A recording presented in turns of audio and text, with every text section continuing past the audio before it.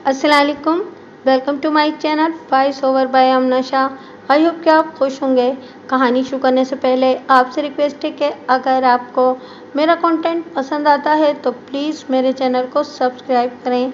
आइए मिर्ज़ा अमजद बेग की एक और सनसनीखेज कोर्ट कहानी सुनते हैं। इस रोज़ मेरा कोई केस ज़ेरे समाअत नहीं था, इसलिए अदालत जाने के बजाय मैं सीधा अपने दफ्तर चला गया। इंतज़ारगाह खाली पड़ी थी। सुबह के वक्त आमतौर पर मैं अदालत में मसरूफ़ होता हूँ, इसलिए बहुत कम मुवक्किल दफ्तर का रुख करते हैं। अलबत्ता दोपहर 2 बजे के बाद मिलने वालों का जो सिलसिला शुरू होता है तो फिर शाम 6-7 बजे तक मुझे सर खुजाने की फुर्सत नहीं मिलती। बाज़ औक़ात तो रात के 8-9 भी बज जाते हैं।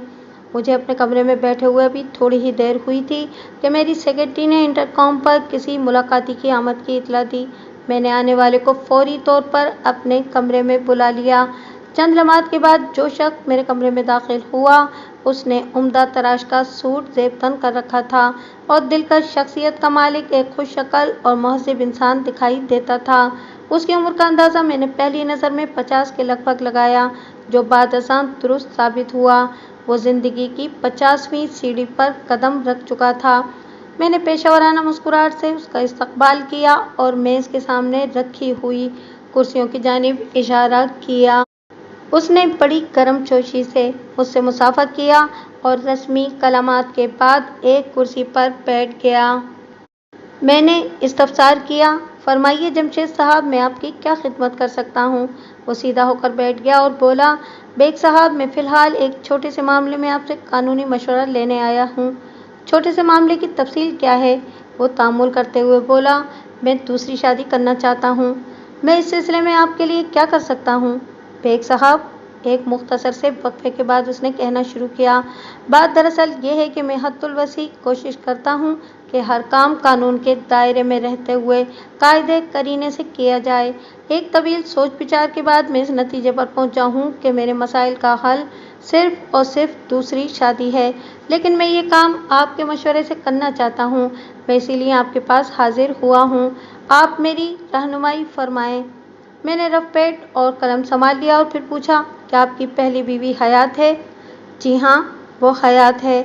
उसने इस तरह मुंह बनाया जैसे पहली बीवी के जिक्र से उसके मुंह में किसी कड़वी चीज़ का जायका घुल गया हो। वो नागवारी से बोला, साद का न सिर्फ हयात है बल्कि उसने मुझ पर अरसा हयात तंग कर रखा है। साद का उसकी बीवी का नाम था। मेरे इस्तफसार पर उसने बताया कि उनकी शादी को 19 साल गुजर चुके हैं। इनके 2 बच्चे थे। बड़ी बेटी नाजिया की उम्र कमोबेश 16 साल थी। उससे छोटे बेटे का नाम आसिफ था। आसिफ अपनी बहन नाजिया से 3 साल छोटा था। इनकी रिहाइश PECHS के एक आलीशान बंगले में थी। जमशेद अली एक मारूफ सनतकार था। साइड के इलाके में उसकी एक टेक्सटाइल मिल थी। अल्लाह ने जमशेद को खैर नेमत से नवाज रखा था, सिवाय घरेलू सुकून के, और वो इस सुकून के हुसूल के लिए दूसरी शादी करना चाहता था। मैंने पूरी बात सुनने के बाद पूछा, जमशेद साहब, आपको अपनी पहली बीवी सादका से क्या शिकायत है? कोई एक शिकायत हो तो बताऊं, वो बेजारी से बोला। उसने तो मेरा जीना दुभर कर दिया है, घर को मेरे लिए जहन्नम बना दिया है। कमाल है, मैंने कहा। आप एक तवील अरसे से अपनी बीवी के साथ रह रहे हैं और दूसरी शादी का ख्याल आपको अब आया है? क्या पहले आपको अपनी बीवी से शिकायत नहीं थी? वो बुरा सा मुंह बनाते हुए बोला, शिकायत तो शादी के बाद जल्द ही पैदा हो गई थी, लेकिन मैंने सोचा कि शायद आगे चलकर मामला ठीक हो जाएं। मेरा ख्याल खाम साबित हुआ और खैर गुजरते दिन के साथ हमारे दरमियान रंजिशों की खलीज वसी होती चली गई। वो तो न जाने किस मिजाज की औरत है कि उस पर किसी बात का असर ही नहीं होता। मेरा ख्याल था कि बच्चों के बाद उसमें तब्दीली आ जाएगी, लेकिन उसने दोनों बच्चों को भी अपना तरफदार बना लिया है। नाजिया और आसिफ का ख्याल है कि मैं एक बहुत जालिम शख्स हूँ। इनकी माँ के साथ मैंने बहुत ज़्यादतियाँ की हैं और रोज़ व शब करता रहता हूँ। यहाँ तक तो मैं किसी न किसी तौर बर्दाश्त कर ही रहा था, लेकिन गुज़िश्ता कुछ अरसे से सादका ने मेरी माँ की बेइज्जती भी शुरू कर दी है और बच्चों के मासूम जहनों में भी उसने दादी के खिलाफ बहुत जहर भर दिया है। वो दादी की सूरत देखने को तैयार नहीं है। वो दोनों अपनी माँ की उंगलियों पर नाचते हैं। मैंने अफसोसनाक अंदाज में गर्दन हिलाते हुए कहा, बहुत देर की मेहरबान आते आते। देर आए दुरुस्त आए, वो आहिस्ता से बोला। मैंने पूछा, आपका क्या ख्याल है? आपकी बीवी दूसरी शादी की इजाज़त दे देगी? कतई नहीं, वो दो टोक लहजे में बोला। वो तो ऐसे किसी जिक्र पर ही हंगामा खड़ा कर देगी। फिर तो बहुत मुश्किल है, मैंने कुछ सोचते हुए कहा। क्या कोई ऐसा तरीका हो सकता है कि मैं सादका की इजाज़त के बगैर दूसरी शादी कर सकूं? जमशेद ने पूछा। मेरे लिए ये कोई मुश्किल काम नहीं है, लेकिन इसके बाद रूनुमा होने वाले हालात से मैं खाइफ हूँ। सादका बच्चों के साथ मिलकर मेरे खिलाफ बहुत मजबूत महाज बना लेगी। मैं इनका मुकाबला नहीं कर सकूंगा। मैंने कहा, जमशेद साहब, अज़रुए कानून आप अपनी पहली बीवी की इजाज़त लिए बगैर दूसरी शादी नहीं कर सकते। अपनी बीवी के अलावा आपको अपने इलाके की यूनियन काउंसिल से भी इजाज़त लेना होगी। ये कानून तो मुझे भी मालूम है, जमशेद ने पहलू बदलते हुए कहा। मैं आपके पास इसलिए आया हूँ कि आप इस कानून से बचते हुए मेरे लिए कोई राह निकालें। आपके लिए ये मुश्किल काम तो नहीं होगा? बहुत मुश्किल है, मैंने नफ़ी में सर हिलाते हुए कहा। कानून को तोड़ना मड़ोड़ना मेरे बस की बात नहीं। आपके हालात के पेश नज़र मैं आपको यही मशवरा दे सकता हूँ कि बच्चों की खातिर जैसे तैसे मुमकिन हो गुजारा करें। अपने मौजूदा हालात से समझौता करने ही में आपकी भलाई है। ये मशवरा तो मुझे एक दो दूसरे वकीलों ने भी दिया था, वो मायूसी से बोला। मैं तो आपके पास इसलिए आया था कि आप चुटकी बजाते में मेरा मसला हल कर देंगे। मैं कानून से मुतसादिम किसी मामले में आपकी कोई मदद नहीं कर सकूंगा, मैंने संजीदा लहजे में कहा। मुझे अफसोस है कि मैं आपकी तवक्कुआत पर पूरा नहीं उतरा। वो कदरे बरहमी से बोला।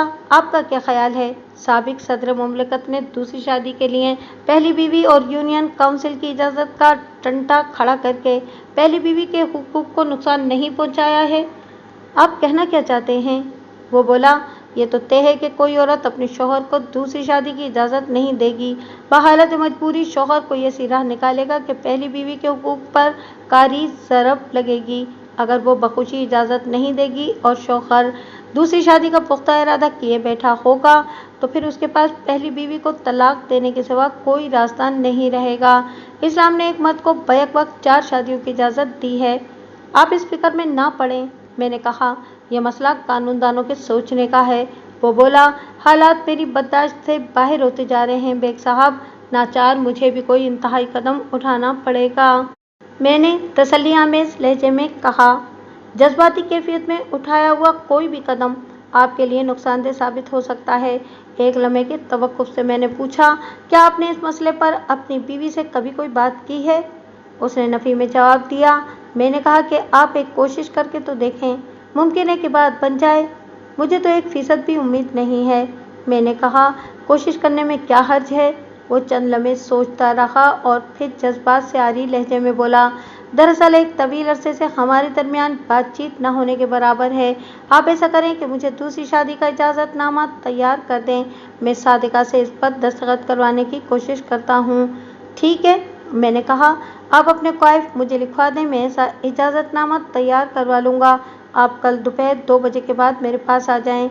आपकी फ़ीस बेग साहब, मैंने हाथ के इशारे से उसे मज़ीद बोलने से रोक दिया और फिर खुद कहा, कल आप आएंगे तो इस मसले पर भी बात कर लेंगे।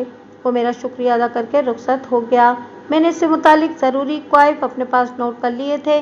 जमशेद अली के जाने के बाद मैंने सेक्रेटरी को बुलाकर इजाज़तनामा बराए अक़्द सानी का मज़मून उसे लिखवाया और स्टाम्प पेपर पर टाइप करने की हिदायत कर दी। इस इजाज़तनामे का मज़मून अंग्रेज़ी में कुछ यूँ था। मन के मुसम्मा सादिका बेगम ज़ौजा जमशेद अली, बकायमी खोशो खवास इस बात का इकरार करती हूँ कि मैंने अपने शौहर जमशेद अली वल्द अब्दुलसत्तार को अक़्द सानी की इजाज़त बरज़ा और रग़बत और बिला जबरो इकरा दे दी है, और ये तहरीर लिखती है ताकि सनद रहे और बवक्त ज़रूरत काम आए। सादिका बेगम ज़ौजा जमशेद अली। उसके नीचे सादिका बेगम को दस्तखत करना थे। स्टाम्प के ज़ेरी हिस्से में कुछ जगह कानूनी कार्रवाई के लिए खाली छोड़ दी गई थी। दूसरे रोज़ हस्बे वादा जमशेद अली मेरे दफ्तर में आया तो मैंने दराज में से तयशुदा स्टाम्प पेपर निकाल कर उसके सामने रख दिया। आप उसे पढ़ लें, कोई कमी बेशी करनी हो तो बताएं। उसने 2-3 मरतबा स्टाम्प पेपर के मज़मून को बग़ौर पढ़ा। इस दौरान में वो बार बार अपनी पेशानी से पसीना पोंछता रहा था, हालांकि वो इस वक्त एयर कंडीशन कमरे में बैठा हुआ था। स्टाम्प पेपर के मुताले से फारिग होकर उसने मेरी जानिब देखा तो मैंने कहा, लगता है कि आप अपनी बीवी से बहुत घबराते हैं। उसके चेहरे पर ऐसे तासुरात नमूदार हुए जैसे मैंने उसके दिल का चोर पकड़ लिया हो। इस तरारी अंदाज में इधर उधर देखते हुए बोला, बेग साहब, मैं सादका से नहीं, उसकी बदज़बानी से घबराता हूँ। आपको मालूम नहीं वो किस कदर अज़ियतनाक और नाकाबिल बर्दाश्त औरत है। अपनी बात ख़त्म करके उसने स्टाम्प पेपर को तह किया और फिर अपनी जेब में रखते हुए उठकर खड़ा हो गया। आप मुझे इजाज़त दें, इंशाअल्लाह बहुत जल्द आपसे मुलाकात होगी। मैंने उससे अलविदाई मुसाफा किया और रुखसत हो गया।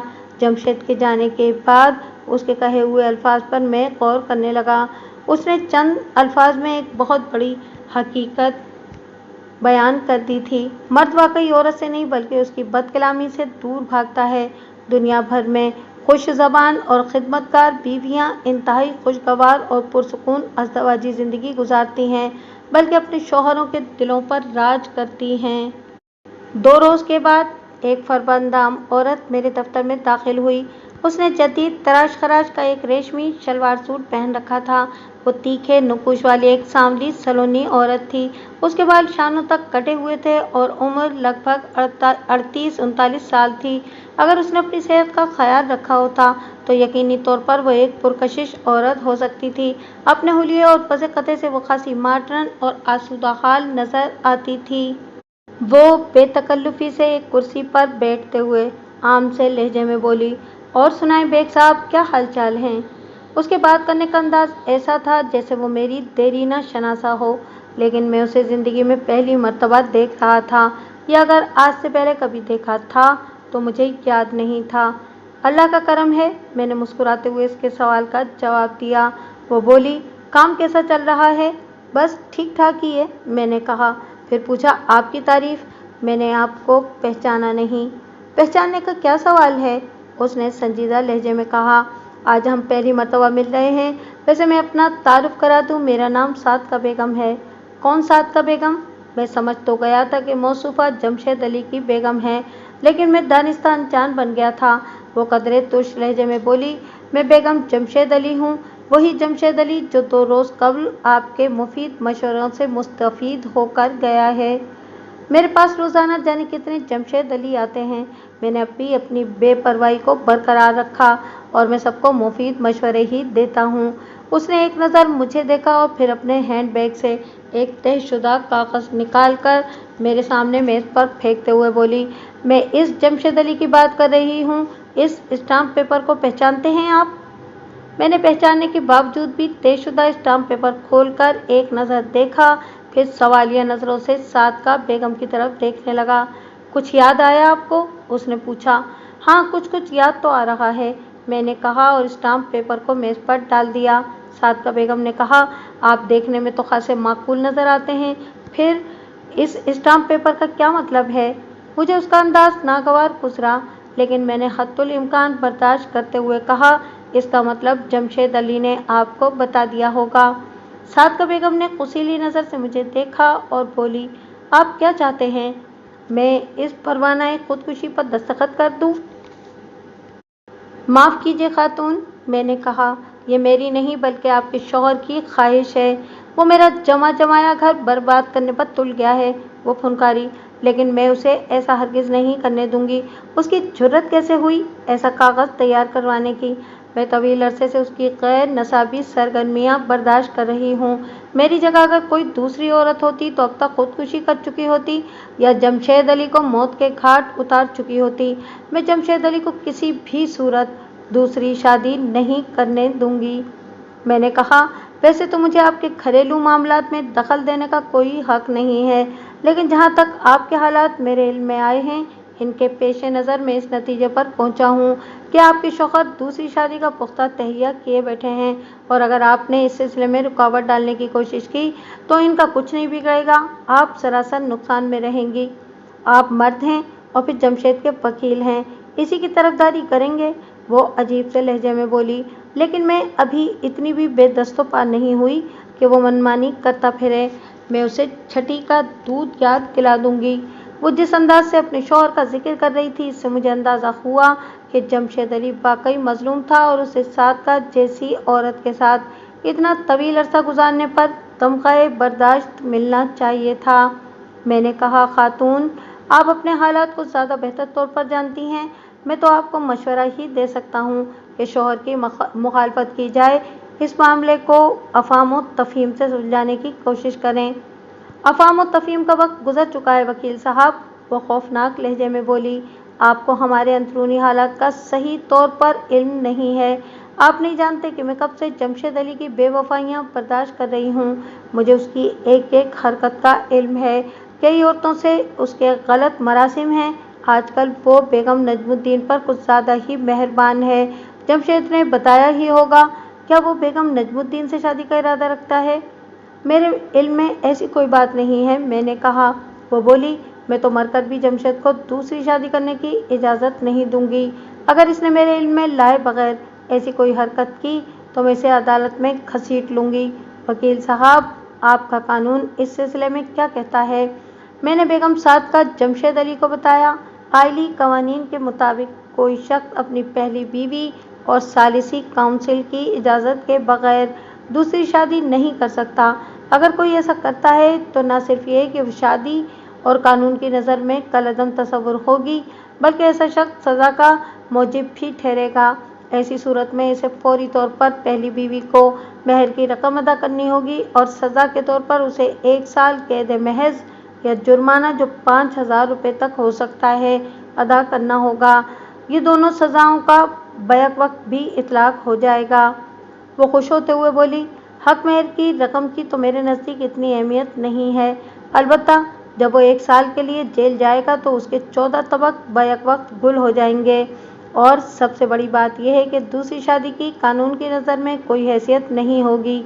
एक लम्हे को रुककर उसने इजाफा किया, क्या आपने जमशेद अली को ये सारी कानूनी बारीकियां समझा दी थीं? हाँ, मैंने इस बात में सर हिलाया। बहुत कुछ वो पहले से जानता था, बाकी मैंने बता दिया था।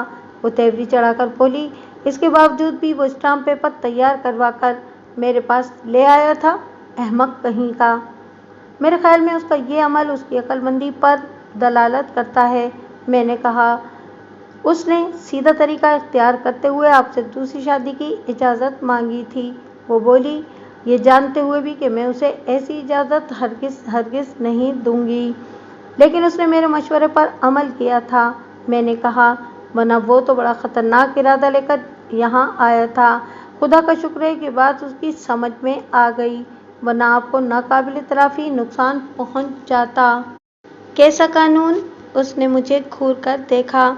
मैंने बताया, आपको ये बात तो मालूम ही होगी कि मर्द को तलाक देने का पूरा इख्तियार हासिल होता है।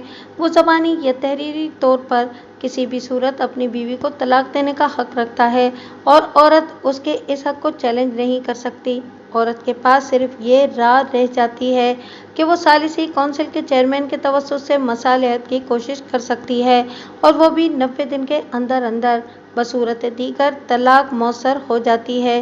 वाकई हमारे आइली कवानीन में ये सब कुछ लिखा हुआ है?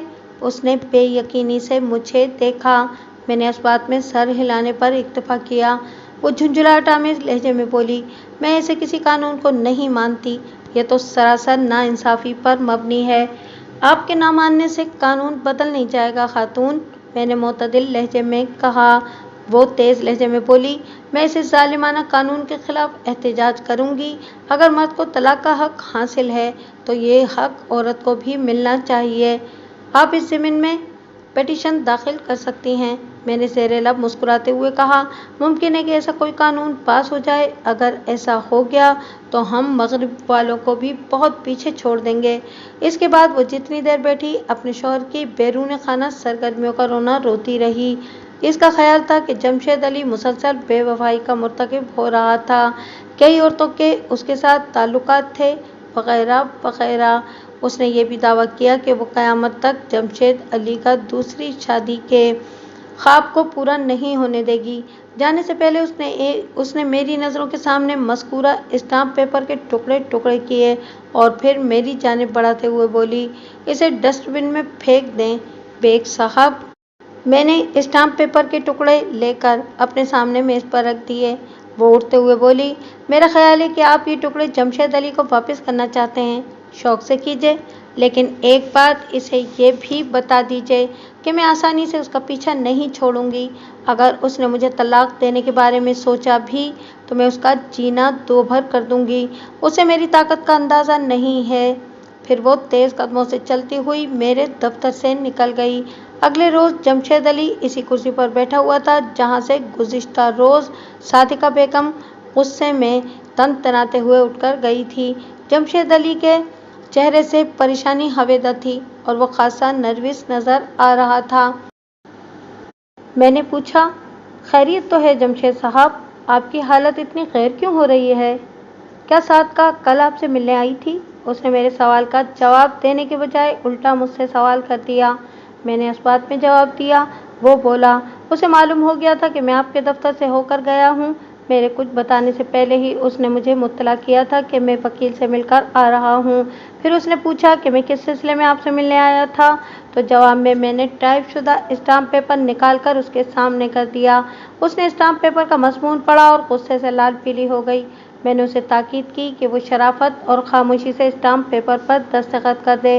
वो थोड़ी देर खामोश खड़ी कुछ सोचती रही, फिर ठहरे हुए लहजे में बोली, ठीक है, मुझे कुछ सोचने की मोहलत दो। मैं इस सिलसिले में तुम्हारे वकील से भी मिलूंगी। मैंने उसे मोहलत दे दी।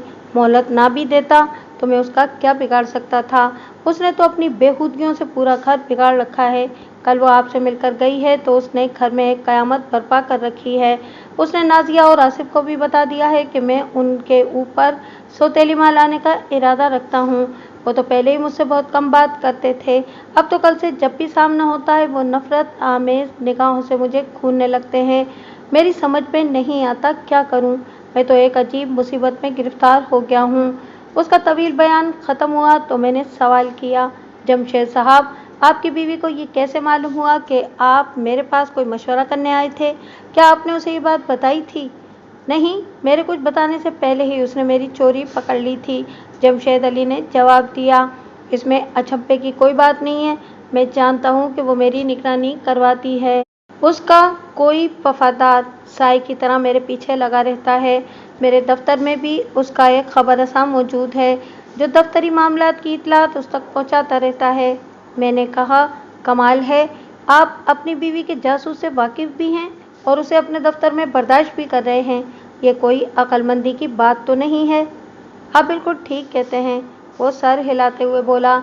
मैं अपने अकाउंटेंट को वाकई बर्दाश्त कर रहा हूँ, जबकि मैं ये भी जानता हूँ कि वो सादका का वफादार है। दरअसल मैं अब्दुर्रहमान को फिलफौर नौकरी से बर्खास्त नहीं कर सकता। एक तो वो बहुत काम का बंदा है, उसने बैक वक्त अकाउंटेंट और कैशियर का काम संभाल रखा है। दूसरे मैं किसी मुनासिब मौके की तलाश में हूँ। मैं पहले किसी माकूल आदमी का इंतज़ाम करना चाहता हूँ और फिर अब्दुर्रहमान को रंगे हाथों भी पकड़ना चाहता हूँ। आप तो हर तरफ से मसाइल में घिरे हुए हैं। मैं दफ्तरी मसाइल से बिल्कुल नहीं घबराता, वो पुरएतमाद लहजे में बोला। सबसे बड़ा मसला तो सादका का है। मैं फौरी तौर पर किसी न किसी तरह इस मसले से निजात हासिल करना चाहता हूँ। आपकी बीवी बता रही थी कि आप किसी बेगम नजमुद्दीन में आजकल बहुत दिलचस्पी ले रहे हैं। मैंने पूछा। वो बेजारी से बोला, अहमक है वो। जब मैंने उसे स्टाम्प पेपर दस्तखत करने के लिए दिया था तो उस वक्त भी उसका मौक़िफ़ यही था कि मैं बेगम नजमुद्दीन से दूसरी शादी का ख़्वाह हूँ, जबकि हकीकत से उसका दूर का वास्ता भी नहीं है। मैंने पूछा, और हकीकत क्या है? वो तामुल करते हुए बोला, बेगम नजमुद्दीन दरहकीकत मेरे मरहूम दोस्त नजमुद्दीन की बेवा हैं। 6 माह कबल नजमुद्दीन एक हादसे का शिकार होकर चल बसे थे। मरहूम बड़ी खूबियों के मालिक थे, दुनिया में अकेले थे और मुझसे गहरी दोस्ती थी। अल्लाह की मर्जी है वो 8 साला अज़दवाजी रिफ़ाक़त के बावजूद भी औलाद जैसी नेमत से महरूम थे। इनकी वफ़ात के बाद बेगम नजमुद्दीन तन्हा रह गई हैं। मैं न सिर्फ उनकी दिलजोई के लिए बाकायदा उनके घर जाता हूँ, बल्कि उनके कारोबारी मामलात की भी निगरानी कर रहा हूँ। मरहूम नजमुद्दीन फ्रूट के एक्सपोर्ट बिजनेस का काम करते थे। उनका मैनेजर अब भी बखूबी ये काम चला रहा है, लेकिन फिर भी मैं बतौर एहतियात भाभी की दरख्वास्त पर हिसाबात चेक करता रहता हूँ। मेरी इन्हीं मसरूफियात की बिना पर सादका को शक हो गया है कि मैं नजमुद्दीन की बेवा से शादी का इरादा रखता हूँ। मैंने पूछा, क्या आप मुझे बताना पसंद करेंगे कि दूसरी शादी के लिए आपने किस लड़की का इंतखाब किया है? मैं आपको ज़रूर बता दूंगा बेग साहब, वो जुज़बुज़ होते हुए बोला, लेकिन आपसे मेरी छोटी सी दरख्वास्त है कि सरे-दस्त इस मौजू को न छेड़ें। मैं आपसे वादा करता हूँ कि बहुत जल्द आपको न सिर्फ इस लड़की का नाम बता दूंगा, बल्कि आपको इससे मिलवा भी दूंगा। मैंने कहा, आपने पहली मुलाकात में अपनी बेगम के मिजाज और आदत व अतवार का जो नक्शा खींचा था, वो इस पर 100% पूरी उतरती हैं। मैंने कल आधे घंटे की बातचीत में ही अंदाज़ा लगाया है कि वो किसी भी सूरत आपको दूसरी शादी की इजाज़त नहीं देंगी। आपका अंदाज़ा बिल्कुल दुरुस्त है। मैंने अपनी मेज़ की दराज में से स्टाम्प पेपर के पुर्ज़े निकालकर उसके सामने रखते हुए कहा, ये हशर किया है आपकी निस्फ़ बेहतर ने इस स्टाम्प पेपर का। वो भोंडे अंदाज में मुस्कुराया। उसका बस चले तो वो मेरा भी यही हशर कर दे बेग साहब। मैंने कहा, आपको अपनी बेगम की तरफ से मोहतात रहने की ज़रूरत है। मुझे उनके इरादे खासे खतरनाक नज़र आ रहे थे। मैंने इस जहरीली नागन का जहर निकालने का फैसला कर लिया है बेग साहब। वो फैसला कुन लहजे में बोला, इसकी सारी खतरनाकी धरी की धरी रह जाएगी। मैंने सवालिया नज़रों से जमशेद की तरफ देखा। वो मेरी निगाहों का मतलब समझते हुए बोला, मैं सादका बेगम से छुटकारा हासिल करने के लिए बड़े से बड़ा नुकसान बर्दाश्त करने को तैयार हूँ। अब इस औरत के साथ मैं एक लम्हा भी गुजारा नहीं कर सकता। कल आपके पास से जाने के बाद उसने मेरी वालदा से इंतहाई बदतमीज़ी की है, बल्कि यहाँ तक कह दिया है कि अगर उन्होंने मुझे दूसरी शादी से बाज रखने की कोशिश नहीं की तो वो मेरी वालदा को धक्के देकर बंगले से निकाल देगी और मुझे भी बंगले में दाखिल होने की इजाज़त नहीं देगी। जमशेद साहब, आपकी बीवी तो बड़ी दीदा दिलेर औरत है। मैंने हैरत का इजहार करते हुए कहा, यानी आप ही के बंगले से वो आपको और आपकी वालदा को बेदखल करने का मंसूबा बना रही है। वो नागवारी से बोला, वो ऐसी ही औरत है बेग साहब। एक लम्हे के तवक्कुफ से उसने इजाफा किया, और मैं जानता हूँ कि उसने इतनी बड़ी बात किस बिरते पर की है। क्या मैं इसकी वजह जान सकता हूँ? आपको बताने में कोई हर्ज नहीं है, वो ताउनामेज़ लहजे में बोला। दरअसल सादका को ये गुर्रा है कि मज़कूरा बंगला उसके नाम है, लेकिन वो उल्लू की पट्टी ये नहीं जानती कि मैं अपनी वालदा की इज्जत के लिए ऐसे 10 बंगले कुर्बान कर सकता हूँ। कल रात उसने घर में जो उधम मचाया है, उसके बाद मेरे दिल और ज़िंदगी में सादका के लिए ज़र्रा बराबर भी गुंजाइश बाकी नहीं रही। मैं पहली फुर्सत में उसे अलहदगी इख्तियार करना चाहता हूँ, और उसका बेहतरीन तरीका यही है कि मैं इसे तलाक दे दूँ। आप इस सिलसिले में मेरी कानूनी रहनुमाई फरमाएं। मैंने पूछा, क्या ये आपका हतमी फैसला है? हाँ, उसने इस बात में जवाब दिया। आप सादिका से मुसालहत की खर्राब बंद हो चुकी है। आप तलाक के कागजात तैयार कर लें। मैंने अपना फ़र्ज़ पूरा करते हुए कहा, मेरा मशवरा है जमशेद साहब कि आप इस मसले पर एक मरतबा फिर ठंडे दिलो दिमाग से गौर कर लें। बेग साहब, मैंने दिलो दिमाग के तमाम दरवाजे हमेशा हमेशा के लिए सादका पर बंद कर दिए हैं। मेरी ख्वाहिश है कि मैं 3 लफ्ज़ बोलकर सादिका को तलाक देकर फारिग कर दूँ, लेकिन आइली कवानीन की मदद से सालिसी काउंसिल से तलाक की तहरीरी तौसीक भी ज़रूरी करार दे दी गई है, इसलिए आप तमाम ज़रूरी कागजात तैयार कर लें। मैंने पूछा, क्या जमशेद टेक्सटाइल मिल में आपकी बेगम का कोई हिस्सा है? नहीं, उसने नफ़ी में सर हिलाया। मैं इस फैक्ट्री का बिला शिरकत गैर मालिक हूँ। हमारा मौजूदा बंगला और एक गाड़ी सादका के नाम है। मैं इन दोनों चीज़ों को अपनी जान का सदका समझूंगा। खुदा एक बार इस बेहुदा और बदज़बान औरत से मेरी जान छुड़ा दे। क्या आपका कोई मुश्तरका बैंक अकाउंट भी है? उसने नफ़ी में जवाब दिया, हमारे बैंक अकाउंट्स अलहदा-अलहदा हैं। मैंने पूछा, आपके निकाह फार्म पर हक महर की मालियत क्या है? 1 लाख रुपया सिक्का पाकिस्तान राइजुल वक्त। उसने जवाब दिया, मैं तलाकनामे के साथ ही इस रकम का चेक भी उसे भिजवाना चाहता हूँ। बच्चों का क्या होगा? मैंने एक अहम सवाल किया। वो दुखी लहजे में बोला, दोनों बच्चे तो मेरे साथ रहते हुए भी मेरे नहीं हैं। वो पूरी तरह अपनी माँ की मुट्ठी में हैं और मुझे एक जालिम और खुद गर्ज बाप समझते हैं। इनका ख्याल है कि मुझे दौलत के सिवा किसी भी चीज़ से कोई गर्ज नहीं है। इसका तो वाज़ेह मतलब यही हुआ कि दोनों बच्चे अपनी वालदा के साथ रहना पसंद करेंगे। मैंने कहा, तलाक के बाद आपको अपनी वालदा के साथ कहीं दूसरी जगह मुंतकिल होना पड़ेगा। मैं चुटकी बजाते में अपनी रिहाइश का बंदोबस्त कर लूँगा। वो रऊनत आमेज़ लहजे में बोला, और जहाँ तक बच्चों का ताल्लुक है तो वो अब इस उम्र को पहुँच चुके हैं कि अपनी मर्ज़ी के मुताबिक कहीं भी रहने के लिए कानूनी तौर पर मजाज हैं। मैं इन पर अपनी मर्ज़ी मुसल्लत नहीं कर सकूँगा। मैंने कहा, ठीक है, मैं आपकी ख्वाहिश के मुताबिक तलाकनामे के कागजात तैयार कर देता हूँ। कल आप बाद दोपहर 2 से 6 बजे के दौरान में किसी भी वक्त आकर दस्तखत कर दें। मैं कल ही बजरिया रजिस्टर्ड डाक तलाकनामा आपकी बीवी को भिजवा दूंगा। इसके साथ ही तलाकनामे की एक नकल यूनियन काउंसिल के दफ्तर भी भेजना होगी ताकि सनद रहे और बवक्त ज़रूरत काम आए। जमशेद अली 15-20 मिनट मज़ीद मेरे दफ्तर में रुका और इस सिलसिले में मुख्तलिफ कानूनी नुकात पूछता रहा। मैंने भी उससे तलाकनामे की तैयारी में इस्तेमाल होने वाली तमाम मालूमात हासिल कर ली। जमशेद अली ने मेरा शुक्रिया अदा किया और कल आने का वादा करके रुखसत हो गया। अगले रोज़ मैंने जमशेद अली के हस्बे मंशा तलाकनामा तैयार कर दिया। हक मेहर की रकम का क्रॉस चेक वो अपने साथ लेकर आया था। मैंने उस चेक को तलाकनामे के साथ नथी कर दिया और सादका के नाम रजिस्ट्री कर दिया। मैं एक बात आपको बताना भूल गया, गुज़िश्ता रोज़ जमशेद अली के रुखसत होने से कबल ही मैंने उससे वकालतनामे पर दस्तखत करवा लिए थे और अपनी फ़ीस वसूल करना भी नहीं भूला था। 4 रोज़ बाद मज़कूरा रजिस्ट्री मुझे वापस मौसूल हो गई। सादका ने वो रजिस्ट्री वसूल नहीं की थी। डाकिए ने अपने हाथ से रजिस्ट्री पर ये रिमार्क्स तहरीर किए थे, मकतूबा अलैह रजिस्ट्री वसूल करने से इनकारी है। इस दौरान में जमशेद अली मुसलसल मुझसे राब्ता रखे हुए था और मैंने उससे वादा किया था कि जैसे ही दूसरी जानिब से कोई जवाब मौसूल हो मैं फौरी तौर पर उसे आगाह कर दूं। रजिस्ट्री की वापसी के बाद मैंने जमशेद अली को उसकी फैक्ट्री फ़ोन किया। ऑपरेटर ने लाइन दी तो जमशेद अली मेरी आवाज़ सुनते ही पहचान गया। फिर बेकरारी से पूछने लगा, क्या खबर है बेग साहब? मैंने बताया, रजिस्ट्री वापस आ गई है। क्या मतलब? आपकी बीवी ने रजिस्ट्री वसूल करने से इनकार कर दिया है। वो तशवीशनाक लहजे में बोला, अब क्या होगा? जो भी होगा अच्छा ही होगा जमशेद साहब, मैंने तशफ़ी-आमेज़ अंदाज में कहा। आप बिल्कुल बेफ़िक्र हो जाएं। मैं बेफ़िक्र कैसे हो जाऊं? वो जल्दी से बोला, आगे क्या होगा कुछ मुझे भी तो बताएं। मैंने बताया, आपके सामने ही मैंने तलाकनामे की एक नकल सालिसी काउंसिल के दफ्तर भी रवाना की थी।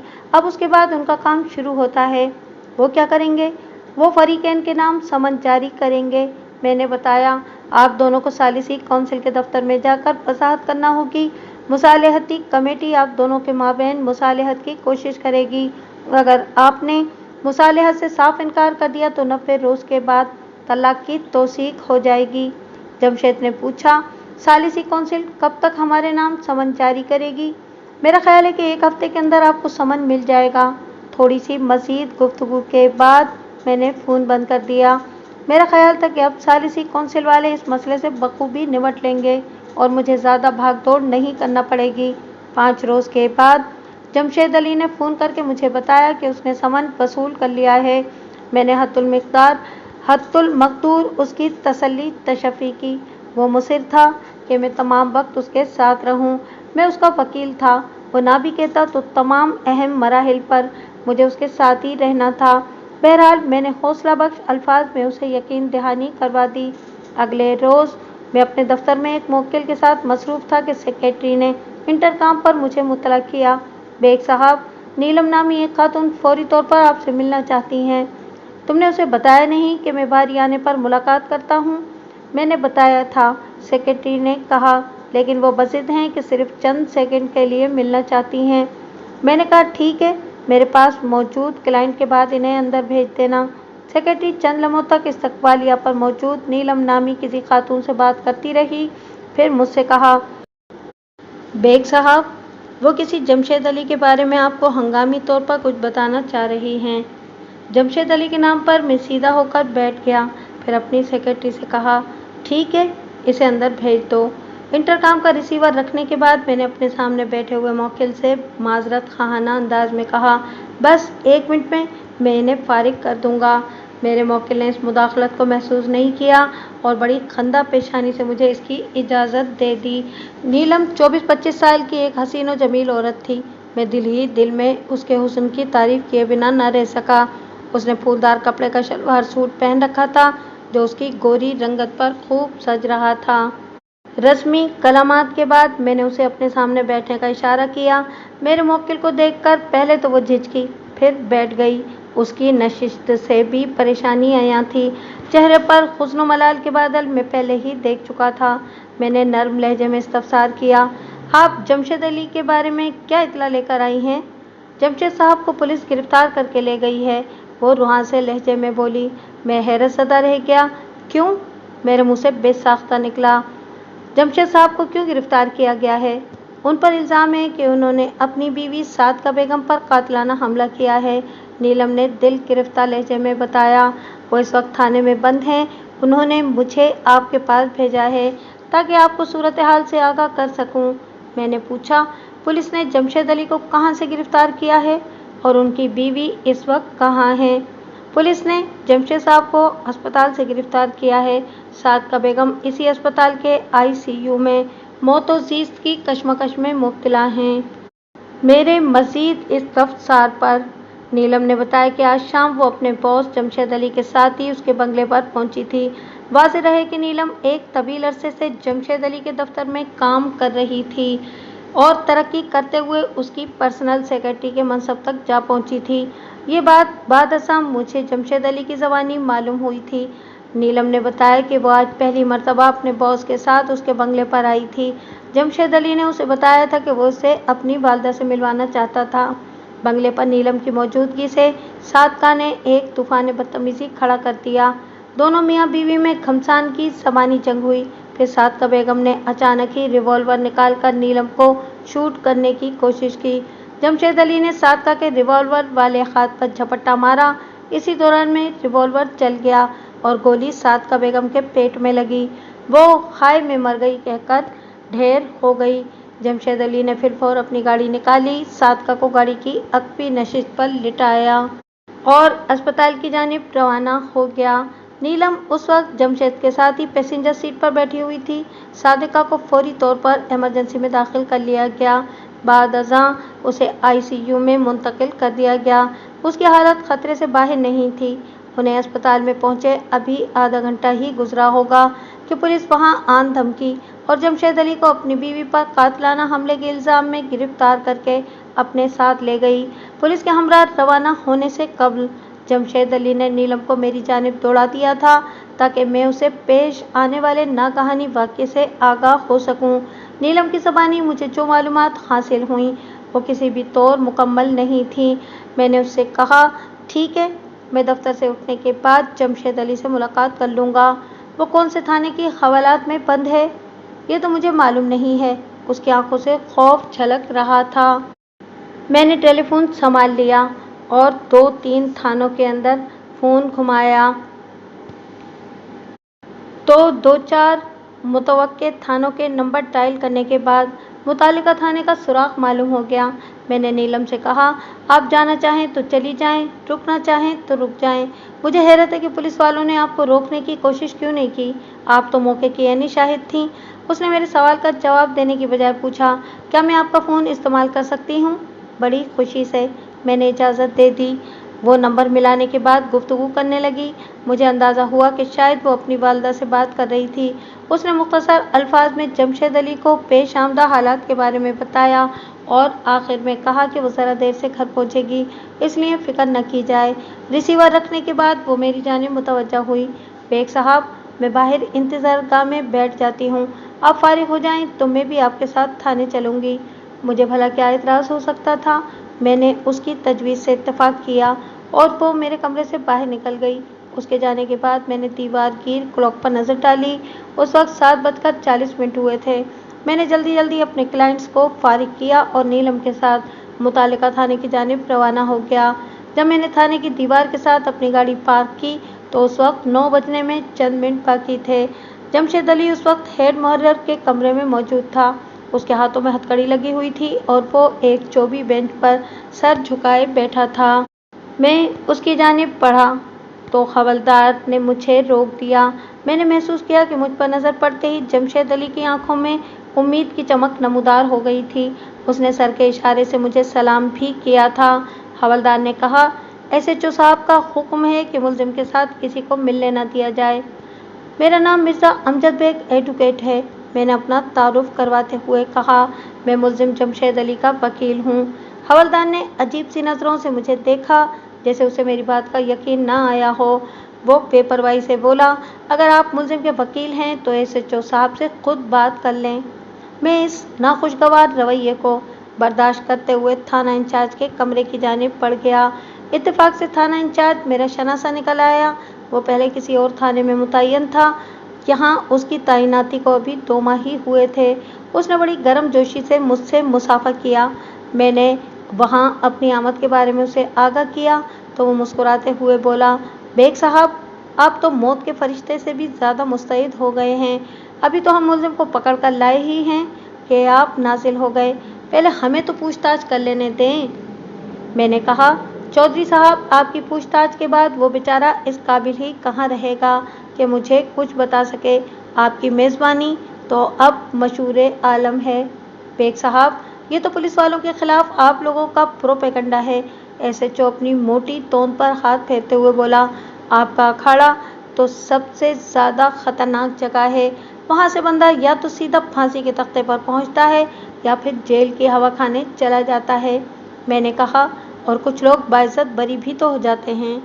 थोड़ी देर तक हमारे दरमियान इसी नौयत की नोक-झोंक होती रही और आखिरकार उसने मुझे मुलजिम जमशेद अली से मुख्तसर मुलाकात की इजाज़त दे दी। हम एसएचओ के कमरे से निकल ही रहे थे कि इसी वक्त एक एएसआई अंदर दाखिल हुआ। नीलम पर नज़र पड़ते ही वो ठिठक गया। फिर एसएचओ की जानिब देखते हुए बोला, चौधरी साहब, यही वो लड़की है? सरफराज शाह, तुम कौन सी लड़की की बात कर रहे हो? एसएचओ ने इस्तफसार किया, ये तो बेग साहब के साथ आई है। ओ सर जी, यही लड़की तो फसाद की जड़ है। एएसआई सरफराज शाह पुरवसूख लहजे में बोला, इसी की खातिर तो मुलजिम जमशेद अली ने अपनी बीवी पर कातिलाना हमला किया है। ये मुलजिम के साथ ही अस्पताल चली गई थी। वहाँ मैंने इसे तलाश किया लेकिन ये दिखाई नहीं दी। अभी तो इसका बयान शान भी लेना है। मैंने महसूस किया नीलम एएसआई की बातें सुनकर सरासीमा नजर आने लगी थी।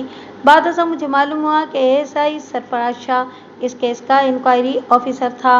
मैंने नीलम के कंधे पर हाथ रखते हुए तसल्ली आमेज लहजे में कहा, तुम इत्मीनान से यहीं बैठो, तुम्हें परेशान होने की कोई ज़रूरत नहीं है। इंक्वायरी ऑफिसर जो भी सवाल करें, इनसे 100% सच्चे और खरे जवाब देना। फिर मैंने सरफराज शाह की जानिब देखते हुए कहा, इंक्वायरी ऑफिसर साहब, आप बखुशी मौके के गवाह का बयान नोट करें। मैं इस दौरान अपने मौकिल से मुलाकात कर लेता हूँ। नीलम ने हिरासा नज़र से मेरी जानिब देखा। मैंने पुचकारने वाले अंदाज में कहा, शाबाश, घबराने की कोई बात नहीं है। सच बोलने वाले डरा नहीं करते। मैं एसएचओ के कमरे से निकलने लगा तो उसने एक सादा लिबास एहलकार को आवाज़ देकर अपने पास बुलाया। फिर तहकमाना लहजे में कहा, वकील साहब की मुलजिम जमशेद अली से मुलाकात करवा दो। एक लम्हे के तवक्कुफ से उसने इजाफा किया, ख्याल रहे वकील साहब अलहदगी में अपने मौके से मिलना चाहते हैं। आमतौर पर थाना इंचार्ज हवालातियों से मिलने की इजाज़त नहीं देते और ख़ास तौर पर वो मुलजिम जो फौजदारी केस में मुलविस हों, इनकी तो किसी को हवा भी नहीं लगने देते। मेरी खुशकिस्मती थी कि मुझे अपनी शनासाई की बदौलत ये सहूलत हासिल हो गई थी, ख़ास तौर पर इसलिए भी कि मुलजिम अभी रिमांड पर नहीं था। सादा लिबास एहलकार की रहनुमाई में मैं एक ऐसे कमरे में पहुंचा जो अपनी हैयत से रिकॉर्ड रूम दिखाई देता था। कमरे के एक गोशे में कदे आदम 24 अलमारियाँ इस्तादा थीं। ये अलमारियाँ इस अंदाज में खड़ी की गई थीं कि एक छोटा सा पार्टीशन बन गया था। वहाँ एक पुरानी मेज़ और चंद कुर्सियाँ भी रखी हुई थीं। पुलिस एहलकार मुझे इंतज़ार करने का कहकर गायब हो गया। चंद मिनट बाद वो जमशेद अली के साथ दोबारा नमूदार हुआ और मुझसे मुखातिब हुआ, इंचार्ज साहब का हुक्म है कि आपको जो कुछ भी पूछना है जल्दी पूछ लें। मैं इधर कमरे के दरवाजे पर खड़ा हूँ। फिर इससे पहले कि मैं कुछ बोलता, वो तेज़ कदमों से चलते हुए वहाँ से हट गया। मैं जमशेद अली की जानिब मुतवज्जा हो गया। उसने छूटते ही मुझसे पूछा, बेग साहब, आपके साथ नीलम भी थी, वो नज़र नहीं आ रही। वो उधर एसएचओ के कमरे में अपना बयान रिकॉर्ड करवा रही है। मैंने बताया, वैसे ये हस्ती है कौन और आपकी खातिर इतनी फ़िक्रमंद क्यों है? मैंने ये सवाल इसलिए किया था कि नीलम को देखकर जमशेद अली के चेहरे पर हयात बख्श रौनक आ गई थी। उसने एक ठंडी आह भरते हुए जवाब दिया, बेग साहब, मैंने आपसे वादा किया था कि अपनी होने वाली बीवी से आपको ज़रूर मिलवाऊंगा। देख लें किस्मत ने कैसे बुरे हालात में इस मुलाकात का इंतज़ाम किया है। ओह! मेरे सीने से एक गहरी सांस खारिज हुई। तो आप अपनी सेक्रेटरी नीलम से शादी करना चाहते थे। उसने उस बात में सर हिलाया। मैंने उसके इंतखाब की दाद दी और असल मौजू की तरफ आ गया। जमशेद साहब, ये सब कुछ किस तरह हो गया? उसने मेरे सवाल के जवाब में जो तफसील बयान की, उसमें से गैर ज़रूरी बातों को हज़फ करके मैं उसका खुलासा आपकी खिदमत में पेश करता हूँ। वाज़ेह रहे कि इनमें से बहुत सी बातें मुझे बाद में मालूम हुई थीं। जमशेद अली आज खिलाफ मामूल दफ्तर से जल्दी उठ गया था। उसने अपनी वालदा को सारे हालात से आगाह कर दिया था। ख़ास तौर पर सादिका के तलाक वाले मामलात जमशेद अली की वालदा जमीला खातून के इल्म में थे। जमशेद अली ने 2 रोज़ पहले जमीला खातून को यह भी बता दिया था कि वो अपनी सेक्रेटरी नीलम से शादी करना चाहता था। जमीला खातून ने इसरार किया कि वो किसी रोज़ नीलम को उससे मिलवाने के लिए घर ले आए। चुनांचे आज जमशेद अली नीलम को अपने साथ ही ले आया था। नीलम के लिए अपने बॉस के बंगले पर आने का ये पहला मौका था। किस्सा मुख्तसर। जमीला खातून नीलम से मिलकर बहुत खुश हुई और उसने अपने इत्मीनान का इजहार कर दिया। जब वो तीनों बैठे आपस में बातें कर रहे थे तो घरेलू मुलाजमा निखत परवीन ने उनके माबेन होने वाली गुफ्तगू का मौजू भांप लिया। वो उस वक्त वहाँ चाय और दीगर लवाजमात सर्व करने आई थी। दर हकीकत निगत अपनी मालकन सादिका बेगम की इंतहाई वफादार थी। उसने पहली फुर्सत में जाकर सादिका के कान में फूंक दिया कि बंगले के एक कमरे में क्या प्लान ज़ेरे बहस है। सादिका बेगम तो पहले ही अपने शौहर जमशेद अली पर उधार खाए बैठी थी। मुलाजमा की इतला पर उसके पाँव से लगी और सर से बाहर हो गई। वो शदीद गैज़ो गज़ब के आलम में उनके सर पर पहुंच गई। एक तवील अरसे से जमशेद अली और सादिका बेगम अलहदा-अलहदा बेडरूम की ज़िंदगी गुजार रहे थे। जमशेद अली के वहमो गुमान में भी नहीं था कि सादिका वहाँ आ सकती थी। सादिका की आमद पर वो चौंक उठा। उसने सख्त लहजे में अपनी बीवी से इस्तफसार किया, सादिका, तुम यहाँ क्यों आई हो?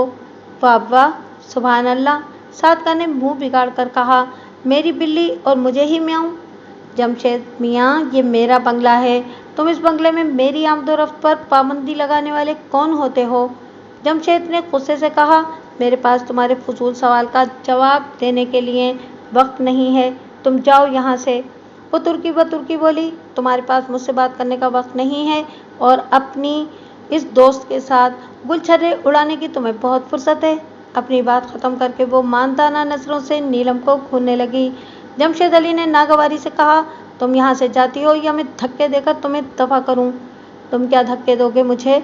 वो तेज के आलम में बोली, धक्के तो मैं तुम्हें दूंगी, तुम्हारी माँ और तुम्हारी इस दोस्त को भी जलील करके निकालूंगी। नीलम का चेहरा सुर्ख हो गया। उसे वो 2 बार नहायत घटिया किस्म के लफ्ज़ से मुखातिब कर चुकी थी। उसे शदीद बेइज्जती का एहसास हुआ। वो गुस्से आमेज लहजे में बोली, बेगम साहिबा, आपको इंसानों से बात करने का सलीका नहीं है? ए जलील लड़की, अपनी नापाक ज़बान बंद रख। सादिका तड़क कर बोली, मुझे इंसानियत सिखाने आई है? अपने गिरेबान में झांक कर देख। हरामखोर, तुझे एक शादीशुदा मर्द पर डोरी डालते हुए ज़रा शर्म नहीं आई? नीलम ने शदीद गुस्से को बर्दाश्त करते हुए मोतदिल लहजे में कहा, मैंने ऐसा कोई काम नहीं किया जिस पर मुझे शर्मिंदा होना पड़े। हाय हाय, चोरी और सीना चोरी। सादिका ने खा जाने वाली नज़रों से नीलम को घूरा। क्या ये झूठ है कि तुम जमशेद अली से शादी करने वाली हो? ये सच है, नीलम ने ठोस लहजे में कहा, और इसमें नदामत का कोई पहलू नहीं निकलता। सादिका नीलम के जवाब पर आतिशे ज़ेरे पा हो गई। तेज लहजे में बोली, तुम बेगैरत ही नहीं, फाहिशा भी हो। कितनी ठिठाई से अपने करतूतों का एतराफ़ कर रही हो और शर्मिंदा होने के बजाय फ़ख्र महसूस कर रही हो। नीलम ने धीमे लहजे में कहा, जमशेद साहब वाकई एक तवील अरसे से जहन्नम में ज़िंदगी बसर कर रहे थे। सादिका के सब्र का पैमाना लबरेज हो गया। थरथराते हुए लहजे में बोली, बेशर्म लड़की, तू क्या समझती है जमशेद सिर्फ तेरा होकर रहेगा? ये तो खरजाई है। पता नहीं कितनी लड़कियों और औरतों के साथ मुंह काला करता फिरता है। इन्हीं में से एक तू भी है। बेगम साहिबा, ज़बान संभाल कर बात करें। नीलम को भी गुस्सा आ गया। मेरा मुंह खुल गया तो आपके लिए अच्छा नहीं होगा। तुम मुझे धमकी दे रही हो? मैं आपको नसीहत कर रही हूँ। तुम कितने बेगैरत हो जमशेद। वो जमशेद अली की तरफ मुड़ते हुए बोली, 1-2 टके की औरत, इससे मुझे जलील करवा रहे हो? जमशेद ने कहा, तुम्हारा मेरा अब क्या रिश्ता रह गया है? मैं तुम्हें तलाक दे चुका हूँ। बेहतर यही है कि हमारे रास्ते में ना आओ। तुम मुझे तलाक नहीं दे सकते जमशेद। वो हिज़ियानी अंदाज में चीखी, मैंने तलाकनामा वसूल नहीं किया था। इससे क्या फ़र्क पड़ता है? जमशेद ने कहा, सालिसी कौंसिल इस तलाक की गवाह है। हमारे नाम समन आ चुके हैं। तीर कमान से निकल चुका है साद का। गुजरा हुआ वक्त वापस नहीं आ सकता। हमारे रास्ते जुदा हो चुके हैं। मैंने अपनी रिहाइश के लिए डिफेंस में एक बंगला खरीद लिया है। हम कल वहाँ शिफ्ट हो जाएंगे। तुम खामखा लकीर पीटने की कोशिश ना करो। तुम कल शिफ्ट होना चाहते हो ना? वो मजनूना अंदाज में बोली। कल तो बहुत दूर है जमशेद, मैं तुम्हें आज ही शिफ्ट करती हूँ। ये कहते हुए उसने अपने लिबास में हाथ डालकर एक रिवॉल्वर बरामद कर लिया और रिवॉल्वर वाले हाथ को दाएं बाएं लहराते हुए बोली, सबसे पहले मैं इस बदकिरदार औरत को जहन्नम वासिल करूंगी जिसने मुझसे मेरा शौहर छीन लिया है। जमीला खातून, नीलम और जमशेद पर सन्नाटा तारी हो गया। वो सोच भी नहीं सकते थे कि सादिका इस हद तक चली जाएगी। आखिरकार जमशेद ने सादिका की तरफ बढ़ते हुए कहा, ये क्या हिमाकत कर रही हो सादिका? वो गुर्राई, ये हिमाकत नहीं, अक्लमंदी है। तुम हमें कत्ल करके बच नहीं सकोगी।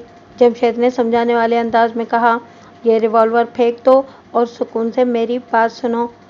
बातें सुनने सुनाने का वक्त गुजर चुका है जमशेद। सादिका ने नीलम को कड़े तेवरों से घूरते हुए जुनून आमेज लहजे में कहा, इस मक्कारा की खातिर तुम मुझे तलाक देना चाहते थे ना?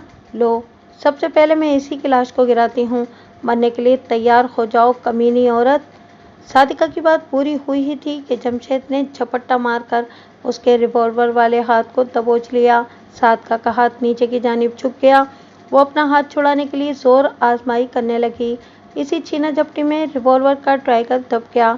बदकिस्मती से रिवॉल्वर की नाल उस वक्त सादिका के पेट की जानिब थी। ठाइन से गोली चली और सादिका के पेट में पेवस्त हो गई। सादिका तेवरा कर गिरी और जमीन बोस हो गई। जमशेद अली ने उसके हाथ में फंसे हुए रिवॉल्वर को खींच निकाला और एक तरफ फेंक दिया। इसके बाद वो पहली फुर्सत में उसे अपनी गाड़ी में डालकर एक प्राइवेट अस्पताल में ले गया। कुछ ही देर बाद पुलिस ने उसे अस्पताल से गिरफ्तार कर लिया। जमशेद ने एक अक्लमंदी ये की थी कि आंख बचाकर नीलम को मेरी जानिब रवाना कर दिया था। नीलम हैरत अंगेज मजबूत असाब की मालिक औरत साबित हो रही थी। उसकी जगह कोई दूसरी औरत होती तो या तो बेहोश हो चुकी होती या बिस्तर पर पड़ी खौफ से कांप रही होती। जो कुछ पेश आ चुका था वो कोई मामूली वाकया नहीं था। जमशेद ने नीलम को अपनी जिंदगी का साथी बनाने का फैसला करके बड़ी अक्लमंदी का सबूत दिया था। मैं एक बार फिर दिली दिल में उसके इंतखाब पर दाद दिए बिना न रह सका। लेकिन इस वक्त सबसे अहम मसला जमशेद अली की ज़िंदगी का था जो दांव पर लग चुकी थी। दूसरी जानिब अस्पताल के आईसीयू में सादिका ज़िंदगी और मौत के दरमियान सवालिया निशान बनी हुई थी। अगर खुदा न खास्ता वो ज़िंदगी की बाजी हार जाती तो जमशेद की मुश्किलात में बेपनाह इजाफा हो जाता। वक़ूए की तफसीलात से आगाह होने के बाद मैंने जमशेद अली से पूछा, क्या पुलिस ने सादिका का बयान ले लिया था? मेरे सामने तो नहीं लिया था, उसने जवाब दिया। वैसे वो बयान देने की हालत में थी भी नहीं। मैंने तसल्लीबख्श लहजे में कहा, आप किसी किस्म की फ़िक्र न करें जमशेद साहब, जो वाक़यात आपने मुझे बताए हैं वही बयान देते हुए पुलिस को भी बताएं। एक हर्फ का भी रद्द बदल ना करें। इंशाअल्लाह कल सुबह में ज़मानत की दरख्वास्त के साथ अदालत पहुँच जाऊँगा। बेग साहब, आप मेरी ज़मानत करवा लेंगे? मैंने कहा ना, आप इस सिलसिले में बिल्कुल परेशान ना हो। इस वाक़ये में आपकी पोजीशन इतनी नाजुक भी नहीं है। जमशेद ने तशवीशनाक लहजे में कहा, अगर सादिका को कुछ हो गया तो मेरी जान मुसीबत में आ जाएगी। मुझे तो लंबी सज़ा हो जाएगी। आप फ़िलहाल सादिका को अपने जहन से झटक दें। मैंने मशवरे के अंदाज में कहा, खुदा जो करेगा बेहतर ही करेगा। उसने कमज़ोर से लहजे में पूछा, बेग साहब, आपका अंदाज़ा क्या है? मुझे कितने अरसे की सज़ा हो सकती है? मैंने कहा, जमशेद साहब, मैं सारे दस्त तो कोई अंदाज़ा नहीं लगा सकता। अभी तो पुलिस ने आपका बयान भी नहीं लिया और न ही मैंने एफआईआर का मुताला किया है। जब तक पुलिस की लगाई हुई दफात का पता नहीं चलेगा, हतमी तौर पर कुछ नहीं कहा जा सकता। वो मायूस नज़रों से मेरी जानिब देखने लगा। मैंने उसे ताकीदी लहजे में कहा, मुमकिन है आज रात पुलिस वाले आपसे कुछ उगलवाने के लिए तशद्दुद वगैरह करना चाहें। आपको घबराने की ज़रूरत नहीं है। वो जो भी मुतालबा करें आप उसे पूरा करने के लिए तैयार हो जाएं। वो ये कह सकते हैं कि अगर आप इनकी मुट्ठी गर्म कर दें तो वह हल्की दफ़ा लगाएंगे। आप हल्की और भारी दफ़ा की परवाह ना करें और इनकी हर बात मानते जाएं। अगर वो आपसे कुछ इकरार भी करवाना चाहें तो बेदरेक कर डालें। पुलिस की कस्टडी में दिए गए बयान की अदालत में कोई अहमियत नहीं होती। इंशाअल्लाह कल सुबह मैं आपकी ज़मानत करवाने में कामयाब हो जाऊंगा। वो बोला, बेग साहब, एक तरफ तो आप ये कहते हैं कि मैं पुलिस को भी वही बयान दूं जो आपको दिया है और दूसरी जानिब आप मुझे ये हिदायत दे रहे हैं कि मैं इनकी हर बात बेचूं चरा मान लूं और इनकी मर्जी का बयान दूं। आप शायद मेरी बात को समझ नहीं सके हैं, मैंने वजाहत करते हुए कहा। पहले तो आप वही बयान दें जो सच है। अगर पुलिस वालों को आपका सच्चा बयान हजम ना हो और वह सख्ती करना चाहें तो फिर तशद्दुद से बचने के लिए उनकी ज़बान बोलना शुरू कर दें। वैसे तो पुलिस वालों को रिमांड से कबल किसी सख्ती की इजाज़त नहीं होती, लेकिन ये थाना है, यहाँ सब कुछ मुमकिन है। मैंने एहतियात के तौर पर आपको ब्रीफिंग की है। वो मुतमईन नज़र आने लगा। मैं वहाँ से उठकर थाना इंचार्ज के कमरे में आ गया। एसएचओ मौजूद था। नीलम का बयान हो चुका था। इंक्वायरी ऑफिसर सरफराज शाह के चेहरे से जाहिर होता था कि उसे नीलम का बयान को ज़्यादा पसंद नहीं आया था। सच बहुत कम लोगों को पसंद आता है। मैंने एसएचओ से पूछा, चौधरी साहब, आपको इस वाक़ये की इत्तला किसने दी थी? वारदात कहें बेग साहब। वो बोला, ये कोई मामूली वाक़या नहीं है। मैंने कहा, चलें वारदात ही कह लें। अब मेरे सवाल का जवाब दें। उसने आवाज़ देकर एक कांस्टेबल को अपने कमरे में बुलाया, फिर उसे रोज़नामचा रजिस्टर लाने को कहा। थोड़ी देर बाद कांस्टेबल रोज़नामचा ले आया। एसएचओ रोज़नामचे पर निगाह दौड़ाते हुए बोला, आज शाम 6:15 बजे हमें शमशाद खान नामी एक शख्स ने फ़ोन करके इतला दी थी कि PECHS के बंगला नंबर में एक वारदात हो गई है। मैंने एक हवलदार को 2 सिपाहियों के साथ सूरत हाल मालूम करने मज़कूरा बंगले पर भेजा। करीब 6:30 बजे मुझे इतला मिली कि ये एक कातिलाना हमले की वारदात थी। मजरूबा को अस्पताल पहुंचा दिया गया था। हमलावर कोई और नहीं बल्कि मजरूबा का अपना शौहर ही था और वही उसे अस्पताल लेकर गया था। मैंने ASI सरफराज शाह को साथ लिया और फिलफौर मुतालिक अस्पताल पहुंच गया। फिर हमने मुलजिम जमशेद अली को गिरफ्तार कर लिया। मैंने पूछा, आपने मजरूबा सादिका बेगम का बयान भी लिया होगा? ना जी, वो नफ़ी में सर हिलाते हुए बोला, उसकी हालत खासी तशवीशनाक है। वो मुसलसल बेहोशी में है, खुदा जाने बचती भी है या नहीं। चौधरी साहब, आपने वो रिवॉल्वर तो अपने कब्जे में कर लिया होगा जो सादिका बेगम को मजरूबा बनाने का वसीला है। ओ बस करें बेग साहब, वो रुखाई से बोला, कुछ काम हमारे लिए भी छोड़ दें। मैंने पूछा, आप मुझ पर कौन सी दफ़ा लगाने का इरादा रखते हैं? बस अब मैं आपकी किसी बात का जवाब नहीं दूंगा। मैं समझ गया कि अब मुझे वहाँ वक्त ज़ाया नहीं करना चाहिए।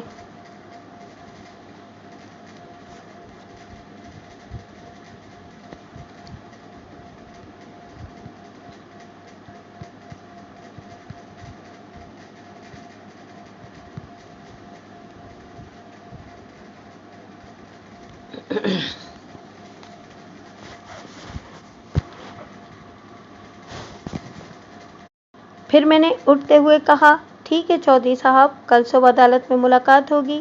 फिर मैं नीलम के साथ थाने से बाहर निकल आया। जब हम गाड़ी के पास पहुंचे तो नीलम ने कहा, बेग साहब, आपसे एक छोटी सी दरख्वास्त है। मैंने सवालिया नज़रों से उसकी तरफ देखा तो वो बोली, अगर आपको सहमत ना हो तो मुझे मेरे घर तक ड्रॉप कर दें। एक तो देर बहुत हो चुकी है, दूसरे में खुद में अकेले जाने की हिम्मत भी महसूस नहीं कर रही हूँ। मैंने रेस्ट वॉच पर निगाह दौड़ाई। रात के 10:15 बज चुके थे। वाकई अब तो खासी देर हो चुकी थी। मैंने नीलम से पूछा, आपको जाना कहाँ है? उसने जवाब दिया, नाज़माबाद। ठीक है, मैं आपको आपके घर तक छोड़ देता हूँ, मैंने कहा और ड्राइविंग सीट पर बैठकर गाड़ी स्टार्ट कर दी और थाने की हदूद से बाहर निकाल ली। थोड़ी देर तक हमारे दरमियान खामोशी रही। फिर मैंने गुफ्तगू का आगाज़ करते हुए कहा, आप बड़ी हिम्मत वाली खातून हैं। मसाइब से टकराते टकराते हिम्मत खुद ब खुद पैदा हो जाती है बेग साहब, उसने जवाब दिया और सामने सड़क पर देखने लगी। मैंने पूछा, आपने मेरे दफ्तर से शायद अपनी वालदा को फ़ोन किया था? आपका अंदाज़ा दुरुस्त है, उसने बात को आगे बढ़ाया। आपने जिस अंदाज में अपनी वालदा से जमशेद साहब को पेश आने वाले वाक़ये का तज़किरा किया था, इससे तो ज़ाहिर होता है कि आपकी वालदा जमशेद साहब को अच्छी तरह जानती हैं। जमशेद साहब अक्सर हमारे घर आते रहते थे। मैं दरअसल उसे बातों में लगाकर उसके असाबी दबाव को कम करना चाहता था। मैंने कहा, जमशेद साहब ने मुझे आपके बारे में सब कुछ बता दिया है। उसने चौंक कर मुझे देखा। मैंने कहा, जमशेद साहब आपसे शादी करने वाले थे?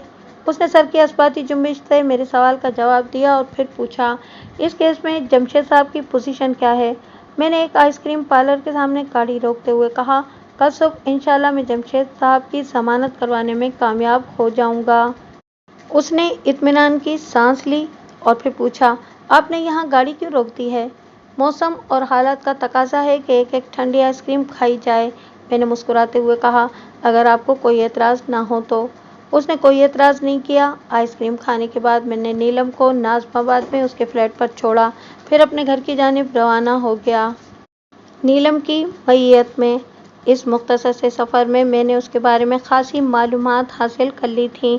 शायद उसकी एक वजह यह भी थी कि वो मुझे अपना सच्चा हमदर्द समझती थी। मैं उसके होने वाले शौहर का वकील था। उसका मुझ पर एतमाद करना ऐन फितरी बात थी। नीलम नाज़िमाबाद में अपनी बूढ़ी वालदा और छोटी बहन नायला के साथ रहती थी। ये फ्लैट जमशेद अली ने ही नीलम को खरीद कर दिया था। अज़ीं कब्ल वो लोग लियाकताबाद अलमारूफ पे लालू खेत में रहते थे और वो भी एक किराएदार की हैसियत से। नीलम ने ग्रेजुएशन करने के बाद मुलाजमत की थी। वो टेलीफोन ऑपरेटर की हैसियत से जमशेद की टेक्सटाइल मिल में आई थी। वो इब्तिदाई चंद दिनों ही में जमशेद की नज़र में आ गई थी। जमशेद मौका ब मौका मुख्तलिफ मराहल पर उसे हर अंदाज से आजमाता रहा। नीलम हर आजमाइश पर पूरी उतरती रही। आखिरकार जमशेद ने उसे अपनी पर्सनल सेक्रेटरी बना लिया। जब जमशेद अली को यकीन हो गया कि नीलम हर लिहाज से उसकी बीवी बनने के लिए मौजूद लड़की है, तो उसने नीलम पर अपनी पसंदीदगी का इजहार कर दिया। इस सिलसिले में वो नीलम की वालदा से भी मिला। नीलम की वालदा खदीजुन्निसा को इस रिश्ते पर कोई एतराज़ नहीं था। वैसे भी इस दौरान में जमशेद अली ने इस मुख्तसर से ख़ानदान पर एहसानात की बारिश कर दी। वो लोग लालू खेत के झोंपड़े से उठकर एक आलीशान फ्लैट में आ गए थे। नीलम की छोटी बहन नायला का तालीमी सिलसिला, जो एक मौके पर घरेलू हालात के पेश नज़र मौकूफ़ हो गया था, अब दोबारा रवां दवां हो गया था। जमशेद अली ने शुरू ही में हदीसुन्निसा पर यह बात वाज़ेह कर दी थी कि वो अपनी पहली बीवी को तलाक नहीं देगा।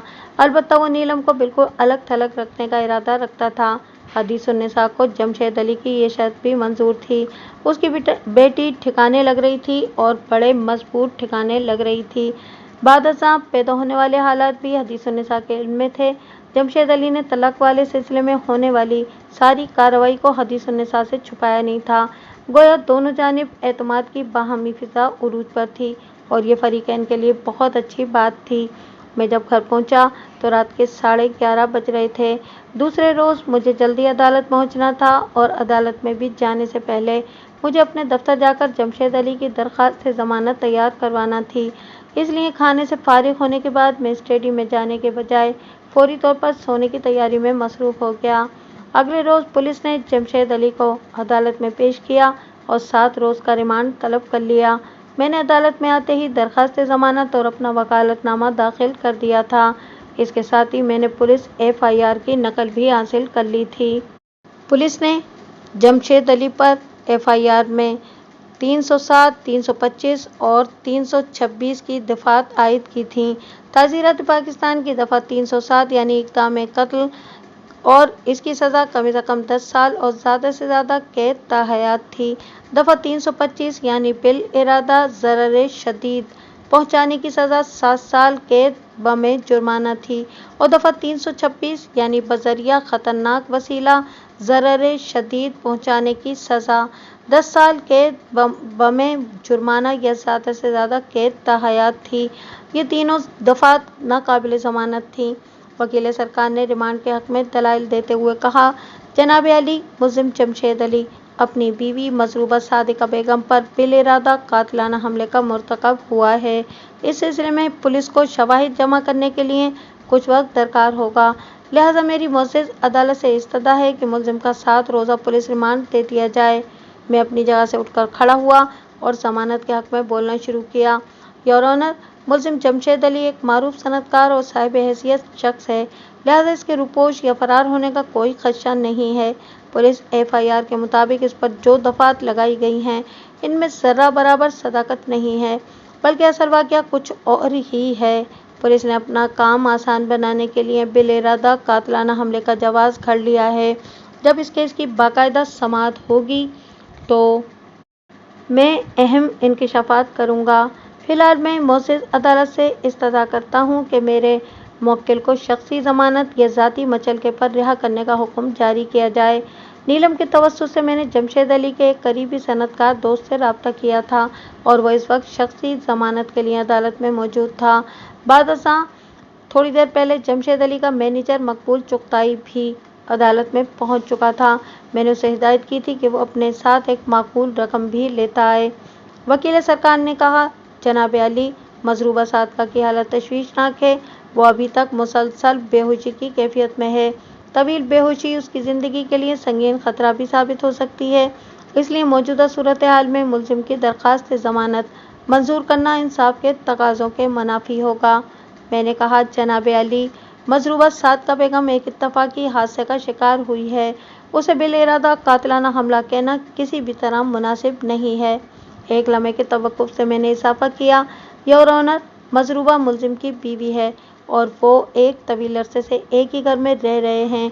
अगर मेरा मुवक्किल वाकई उसे कत्ल करने का इरादा रखता था तो उसके लिए उसे बेशुमार मौक़े मैसर थे। वो घर में बड़ी आसानी से अपने इरादे को अमली जामा पहना सकता था। मिसाल के तौर पर वो अपनी बीवी को ख्वाबगाह में हलाक कर सकता था। इस अमल के लिए उसे 2-3 अफराद के सामने ये सब कुछ करने की क्या ज़रूरत थी? 2-3 अफराद से आपकी क्या मुराद है बेग साहब? जज ने चश्मे के ऊपर से मुझे देखा। मैंने कहा, जनाब अली, जब यह हादसा पेश आया उस वक्त मेरे मुवक्किल और मजरूबा के अलावा मुलजिम की पालदा और सेक्रेटरी भी जाए हादसा पर मौजूद थी। बिल-इरादा कातिलाना हमला क्यों तो नहीं किया जा सकता, और ख़ास तौर पर ऐसा शख्स जो ऐसे काम के लिए कई मौक़े रखता हो, इस अंदाज में काम करके मुसीबत को आवाज़ नहीं दे सकता। आप इस सिलसिले में क्या कहते हैं? जज ने वकील सरकार की जानिब देखा। वो बोला, जनाब अली, मजरूबा सादका का बयान अभी तक नहीं हो सका। हम उसके होश में आने का इंतज़ार कर रहे हैं। उसकी हालत खतरे से बाहर नहीं है। जब तक इसका बयान नहीं हो जाता मुलजिम को आज़ाद छोड़ना मुनासिब नहीं होगा। ये बहुत ख़तरनाक शख्स है। एक मरतबा अपनी बीवी को ज़रर पहुंचा चुका है, आइंदा भी ऐसी कोशिश कर सकता है। मैंने ज़मानत के हक़ में दलाइल देते हुए कहा, जनाब अली, वकील सरकार मेरे मुवक्किल को एक ख़तरनाक शख्स करार दे रहे हैं, जबकि हालात और शवाहिद से ये बात साबित है कि इसी ख़तरनाक शख्स ने अपनी बीवी को फौरी तौर पर अस्पताल पहुंचाया था।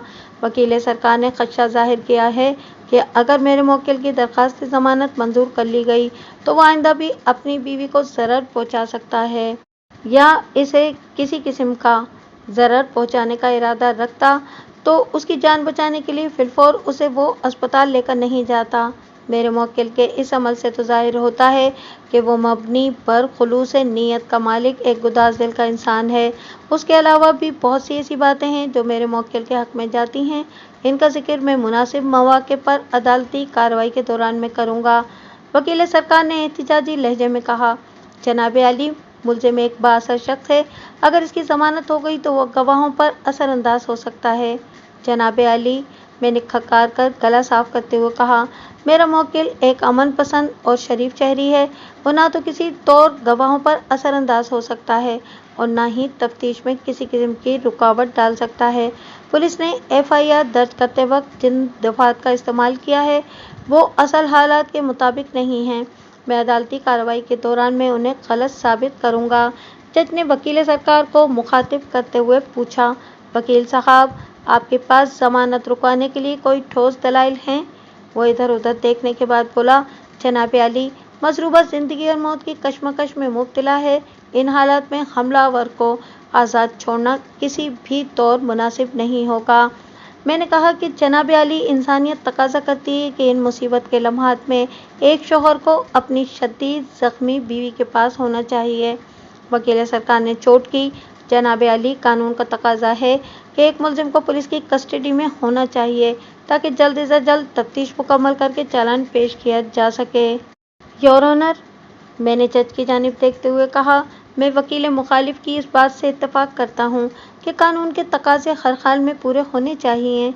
इस सिलसिले में पुलिस पर यह फर्ज आयद होता है कि वो जितनी जल्द मुमकिन हो सके अपनी तफ्तीश मुकम्मल करके चालान पेश करे। पुलिस को तफ्तीश के लिए मेरे मुवक्किल के जिस्मानी रिमांड की ज़रूरत नहीं है। मेरा मुवक्किल पुलिस को बिल तफसील अपना बयान रिकॉर्ड करवा चुका है। वकील सरकार ने कहा, जनाब अली, ये इक़दाम कत्ल अमद का केस है और नाकाबिल ज़मानत है। मुल्ज़िम एक संगीन जुर्म का मुर्तकिब हुआ है, इसलिए किसी किस्म की नरमी का मुस्तहिक नहीं है। मैंने कहा, जनाब अली, मजरूबा सादका बेगम एक इत्तफाकी हादसे का शिकार होकर अस्पताल पहुंची है। ये कतई तौर पर इक़दाम कत्ल अमद का मामला नहीं है और ये बात मैं मुनासिब वक्त आने पर साबित भी कर दूंगा। दर हकीकत गिरफ्तारी के बाद पुलिस ने मेरे मुवक्किल से 2 लाख रुपए बतौर रिश्वत तलब किए थे और वादा किया था कि अगर इनका मुतालबा पूरा किया गया तो कोई हल्की दफ़ा लगाएंगे, लेकिन मेरे मुवक्किल ने इनका मुतालबा मानने से साफ इनकार कर दिया। चुनांचे पुलिस ने उसे फंसाने के लिए सख्त तरीन दफ़ात लगाई हैं। एक लम्हे की तवक्कुफ़ से मैंने इजाफ़ा किया, जनाब अली, मेरा मुवक्किल एक अमन पसंद शहरी है, उसका किरदार बेदाग है। आज तक वो किसी किस्म की गैर कानूनी सरगर्मियों में भी मुलविस नहीं पाया गया। पुलिस का ये खदशा बेबुनियाद है कि वो तफ्तीश की राह में रुकावट बन सकता है या गवाहों पर असरअंदाज हो सकता है। मेरे मुवक्किल इस माशरे का एक बाइज़्ज़त और बावकार फ़र्द है। इसका पुलिस रिकॉर्ड साफ और बेदाग है। वो एक मारूफ कारोबारी शख्सियत है। कपड़े की सनत में इसका नाम नहायत मोतबर और काबिल भरोसा है। इन दलाइल की रोशनी में मैं मौजूद अदालत से पुरज़ोर अपील करता हूँ कि वो मेरे मुवक्किल की दरख्वास्त ज़मानत को फौरी तौर पर कबूल करके उसकी रिहाई का हुक्म सादिर करे। नेज़ अदालत से मेरी मज़ीद दरख्वास्त है कि वो पुलिस को जल्द से जल्द चालान पेश करने की हिदायत करे। That's all your honour. वकील सरकार ने एक मरतबा फिर मेरे मुवक्किल की ज़मानत के खिलाफ दलाइल देना शुरू कर दिया। मैंने वाज़ेह तौर पर महसूस किया था कि जज मेरे दलाइल से खासा मुतासिर नज़र आ रहा था। वो कुछ देर तक तो सरकारी वकील की तकरीर सुनता रहा, फिर कदरे उकताए हुए लहजे में सवाल किया, आप कोई नई बात भी कहना चाहते हैं या पुरानी ही बातों को दोहराते रहेंगे? सरकारी वकील ने कहा, जनाब अली, पुलिस की तफ्तीश मुकम्मल करने के बाद ही कोई नई बात सामने आएगी। फ़िलहाल मैं ये अर्ज़ करना चाहता हूँ कि मुल्ज़िम एक संगीन जुर्म का मुर्तकिब हुआ है और ये एक नाकाबिल ज़मानत केस। ये बात आप पहले भी कई मरतबा दोहरा चुके हैं। जज ने सरकारी वकील की बात काटते हुए कहा, फिर वो अपने सामने मेज़ पर फैले हुए कागजात का मुतालिया करने लगा। थोड़ी देर के बाद जज ने सर उठाकर हाज़रीन अदालत पर एक उचटती सी नज़र डाली और मुल्ज़िम जमशेद अली को 50,000 रुपये के मचलके पर रिहा करने का हुक्म सादिर कर दिया। नेज़ पुलिस को ताकीद की कि वो जल्द से जल्द इस केस का चालान पेश करे। जमशेद अली ने तशक्कुर-आमेज़ नज़रों से मुझे देखा। नीलम भी इस अदालत में मौजूद थी और उसके चेहरे से इत्मीनान झलक रहा था। मैंने जमशेद अली के जनरल मैनेजर को अपने पास बुलाया और चंद ज़रूरी हिदायत देने के बाद मुबलिग 50,000 रुपये का पे आर्डर बनवाने के लिए भेज दिया। आधे घंटे के बाद वो मज़कूरा पे आर्डर बनवाकर वापस आ गया। इसके बाद की कागजी कार्रवाई में ज़्यादा देर नहीं लगी। जमशेद अली ने ज़मानत के कागजात पर दस्तखत किए और एएसआई सरफराज शाह ने उसकी हथकड़ी खोल दी। अदालत का कमरा वाकई किसी अखाड़े से कम नहीं होता।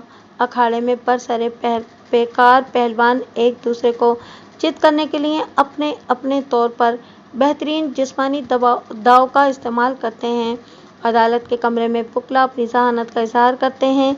दरअसल ये एक ऐसी जंग होती है जो कानून के दायरे में रहते हुए लड़ी जाती है और फरीकैन को अपने आसाब और जज्बात पर मुकम्मल कंट्रोल रखना होता है।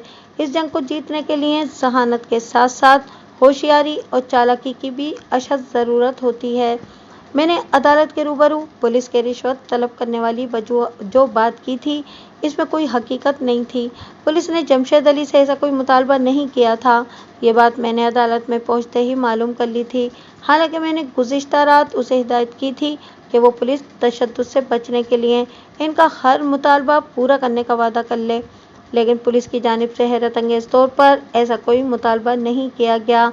मैंने जज के सामने पुलिस के रिश्वत तलब करने का जिक्र करके जो दाव आजमाया था वो खासा सूदमंद साबित हुआ था। हम अदालत से बाहर आए तो जमशेद अली बार बार मेरा शुक्रिया अदा कर रहा था میں نے کہا جمشید صاحب آپ کی ضمانت تو ہو گئی ہے، لیکن یہ مت سمجھیں کہ پولیس آسانی سے آپ کا پیچھا چھوڑ دے گی۔ ہاں یہ بات تو میں بھی محسوس کر رہا ہوں، وہ نحیف سی آواز میں بولا۔ خدا کرے صادقہ کی زندگی بچ جائے۔ پھر اس نے نیلم کی جانب دیکھتے ہوئے پوچھا، اس کے بارے میں آخری اطلاع کیا ہے؟ نیلم نے بتایا، صادقہ بیگم کو ابھی تک ہوش نہیں آیا، ڈاکٹروں کی تشویش بڑھتی جا رہی ہے۔ بیگ صاحب، جمشید نے مجھے مخاطب کیا، اگر خدا نخواستہ صادقہ زندگی کی بازی ہار گئی تو پھر کیا ہوگا؟ میں نے کہا کچھ نہیں ہوگا، صرف آپ کی مشکلات میں اضافہ ہو جائے گا، لیکن آپ فکر مند نہ ہوں، اس کیس کا ہر پہلو میری نظر میں ہے، میں 1-2 روز میں مکمل تیاری کر لوں گا، بس مجھے آپ کے تعاون کی ضرورت ہے۔ میں ہر قسم کے تعاون کے لیے تیار ہوں۔ میں نے کہا، مجھے پتہ چلا ہے کہ کسی شمشاد خان نامی شخص نے پولیس کو اس واقعے کی اطلاع دی تھی۔ یہ شمشاد خان کون ہے؟ جمشید علی کے چہرے پر ناگواری کے تاثرات ابھر آئے۔ اس نے جواب دیا، شمشاد خان صادقہ کا بھائی ہے۔ مجھے یہ شخص ایک آنکھ نہیں بھاتا، اس کا چال چلن ٹھیک ہے اور نہ ہی عادت و اطوار۔ اپنے گھر میں اس کی آمد و رفت مجھے ذرا پسند نہیں ہے۔ بہرحال میں نے صادقہ سے صاف صاف کہہ رکھا ہے کہ میری موجودگی میں شمشاد خان ہمارے گھر نہ آئے۔ پولیس کو اطلاع دینے کا واضح مطلب یہ ہے کہ شمشاد خان وقوعہ کے وقت یا اس کے فوراً بعد وہاں موجود تھا۔ جمشید علی نے بتایا کہ جب یہ واقعہ پیش آیا اس وقت تو شمشاد گھر میں نہیں تھا، میرا خیال ہے کہ وہ میرے اسپتال روانہ ہونے کے بعد وہاں پہنچا ہوگا۔ اس کے بارے میں مزید استفسار پر جمشید علی نے بتایا کہ اس کا سالہ شمشاد خان ایک اسٹیٹ ایجنٹ تھا اور اس کی رہائش سوسائٹی آفس کے نزدیک تھی، جبکہ اس کی state agency Sindhi Muslim society کے علاقے میں تھی۔ علاوہ ازیں شمشاد خان ایک فتنہ پرور شخص تھا، وہ جمشید علی کے خلاف صادقہ کے کان بھرتا رہتا تھا، اسی وجہ سے جمشید علی اسے سخت ناپسند کرتا تھا۔ شمشاد علی نے نازیہ اور آصف کو بھی ایسی ایسی پٹیاں پڑھائی تھیں کہ وہ اپنے باپ کی جانب سے بدگمان ہوتے چلے گئے تھے۔ پھر بچوں کو باپ کی طرف سے باغی کرنے میں صادقہ کا بھی ہاتھ تھا۔ قصہ مختصر، شمشاد خان ایک لالچی کمینہ خصلت اور موقع پرست انسان تھا۔ مجھے یہ بھی معلوم ہو چکا تھا کہ اس معاملے کو پولیس تک لے جانے اور جمشید علی کو پھنسانے میں سب سے زیادہ کوشش شمشاد خان ہی نے کی تھی۔ میں نے جمشید علی سے کہا، آپ کی بات سے اندازہ ہوتا ہے کہ شمشاد خان کمینگی کے انتہائی درجے تک بھی جا سکتا ہے۔ اس جیسے بدفطرت شخص سے کچھ بھی بعید نہیں ہے۔ خیر، میں نے کچھ سوچتے ہوئے کہا، شمشاد علی کا میں ٹھیک ٹھاک بندوبست کر دوں گا، لیکن آپ مجھے ایک ایسا آدمی دیں جو میری مرضی کے مطابق بھاگ دوڑ کر سکے۔ کسی آدمی کی کیا ضرورت ہے؟ جمشید علی نے جلدی سے کہا، آپ مجھے حکم کریں، کس قسم کی بھاگ دوڑ آپ کو مقصود ہے؟ میں نے اسے اپنی تفصیلات سے آگاہ کیا۔ اس نے مجھے یقین دلایا کہ یہ کام ہو جائے گا۔ ان تمام معلومات کا تعلق کیس کی تیاری سے تھا، جن کا ذکر بعد میں مناسب موقع پر آئے گا۔ میں نے بوقت رخصت جمشید علی سے کہا، میں آپ کی سیکرٹری نیلم اور آپ کی والدہ کا نام بھی صفائی کے گواہوں میں شامل کرنا چاہتا ہوں، اس لیے آپ انہیں شام میں میرے دفتر بھیج دیں تاکہ میں انہیں ان کا بیان یاد کروا دوں۔ جمشید علی نے کہا کہ پولیس نے بھی ان دونوں کا بیان لیا ہے، کیا عدالت میں بھی انہیں وہی بیان دینا ہوگا؟ پولیس موقع پر جو بیان لیتی ہے اس میں بعض باتیں وہ سہولت کی خاطر اپنی مرضی سے بھی شامل کر لیتی ہے۔ یہ ایک طرح سے یک طرفہ کارروائی ہوتی ہے۔ بعض اوقات تو گواہ کی جانب سے بیان میں ایسی باتیں بھی درج کر لی جاتی ہیں جو گواہ نے خواب و خیال میں بھی نہیں کہی ہوتی۔ عدالت میں جج کے روبرو جو حلفیہ بیان دیا جاتا ہے وہ بالواسطہ یا بلا واسطہ کیس پر اثر انداز ہوتا ہے، اس لیے میں چاہتا ہوں کہ صفائی کے گواہوں کو ضروری نکات ذہن نشین کرا دوں اور ان کے بیان کا خاکہ بھی انہیں سمجھا دوں، کیونکہ بیان دینے کے بعد انہیں وکیل استغاثہ کی جرح کا سامنا بھی کرنا ہوگا۔ میری طویل وضاحت جمشید علی کی سمجھ میں آ گئی۔ اس بات میں سر ہلاتے ہوئے بولا، ٹھیک ہے بیگ صاحب، ابھی تو میں سیدھا اسپتال جاؤں گا۔ صادقہ کی بےہودگیاں اور بدتمیزیاں تو رہیں ایک طرف، لیکن انسان ہونے کے ناطے میرا فرض بنتا ہے کہ اس کی نازک موقع پر نگہداشت کروں۔ آپ فکر نہ کریں، میں شام میں اپنی والدہ اور نیلم کے ساتھ آپ کے پاس حاضر ہو جاؤں گا۔ پھر وہ مجھ سے مصافحہ کرنے کے بعد نیلم کے ساتھ جنرل مینیجر مقبول چغتائی کی جانب بڑھ گیا۔ میں نے ایک دوسری عدالت کا رخ کیا۔ جمشید علی حسب وعدہ شام کو میرے دفتر آیا۔ मैंने बयानात का खाका तैयार कर लिया था। नीलम और जमीला खातून को मैंने उनके बयानात लिखकर दे दिए ताकि वो अच्छी तरह याद कर लें और तमाम अहम नुकात ज़बानी भी समझा दिए। इन बयानात की तफसील आगे चलकर अदालती कार्रवाई के दौरान में आएगी। जमशेद अली जाने के लिए उठने लगा तो मैंने उसे याद दहानी करवाई। आपको याद है ना, मैंने आपके ज़िम्मे कौन कौन से काम लगाए हैं? मुझे अच्छी तरह मालूम है, वो बोला। आपकी मतलूबा मालूमात इंशाअल्लाह कल शाम तक आपको मिल जाएंगी। आप अस्पताल में गए थे? मैंने एक ज़रूरी सवाल किया। सादिका बेगम की हालत के बारे में बताएं। वो हिनौस बेहोशी की हालत में है। डॉक्टर क्या कहते हैं? उसने बताया। डॉक्टरों का कहना है कि पेट में लगने वाली गोली ने एक गुर्दे को बुरी तरह मुतासिर किया है। वो सादिका को होश में लाने की कोशिश कर रहे हैं, ताहम वो ज़्यादा पुरुम्मीद नहीं हैं। मैंने पुरख्याल अंदाज में कहा, अल्लाह मालिक है। वो खुदा हाफिज़ कहकर रुखसत हो गया।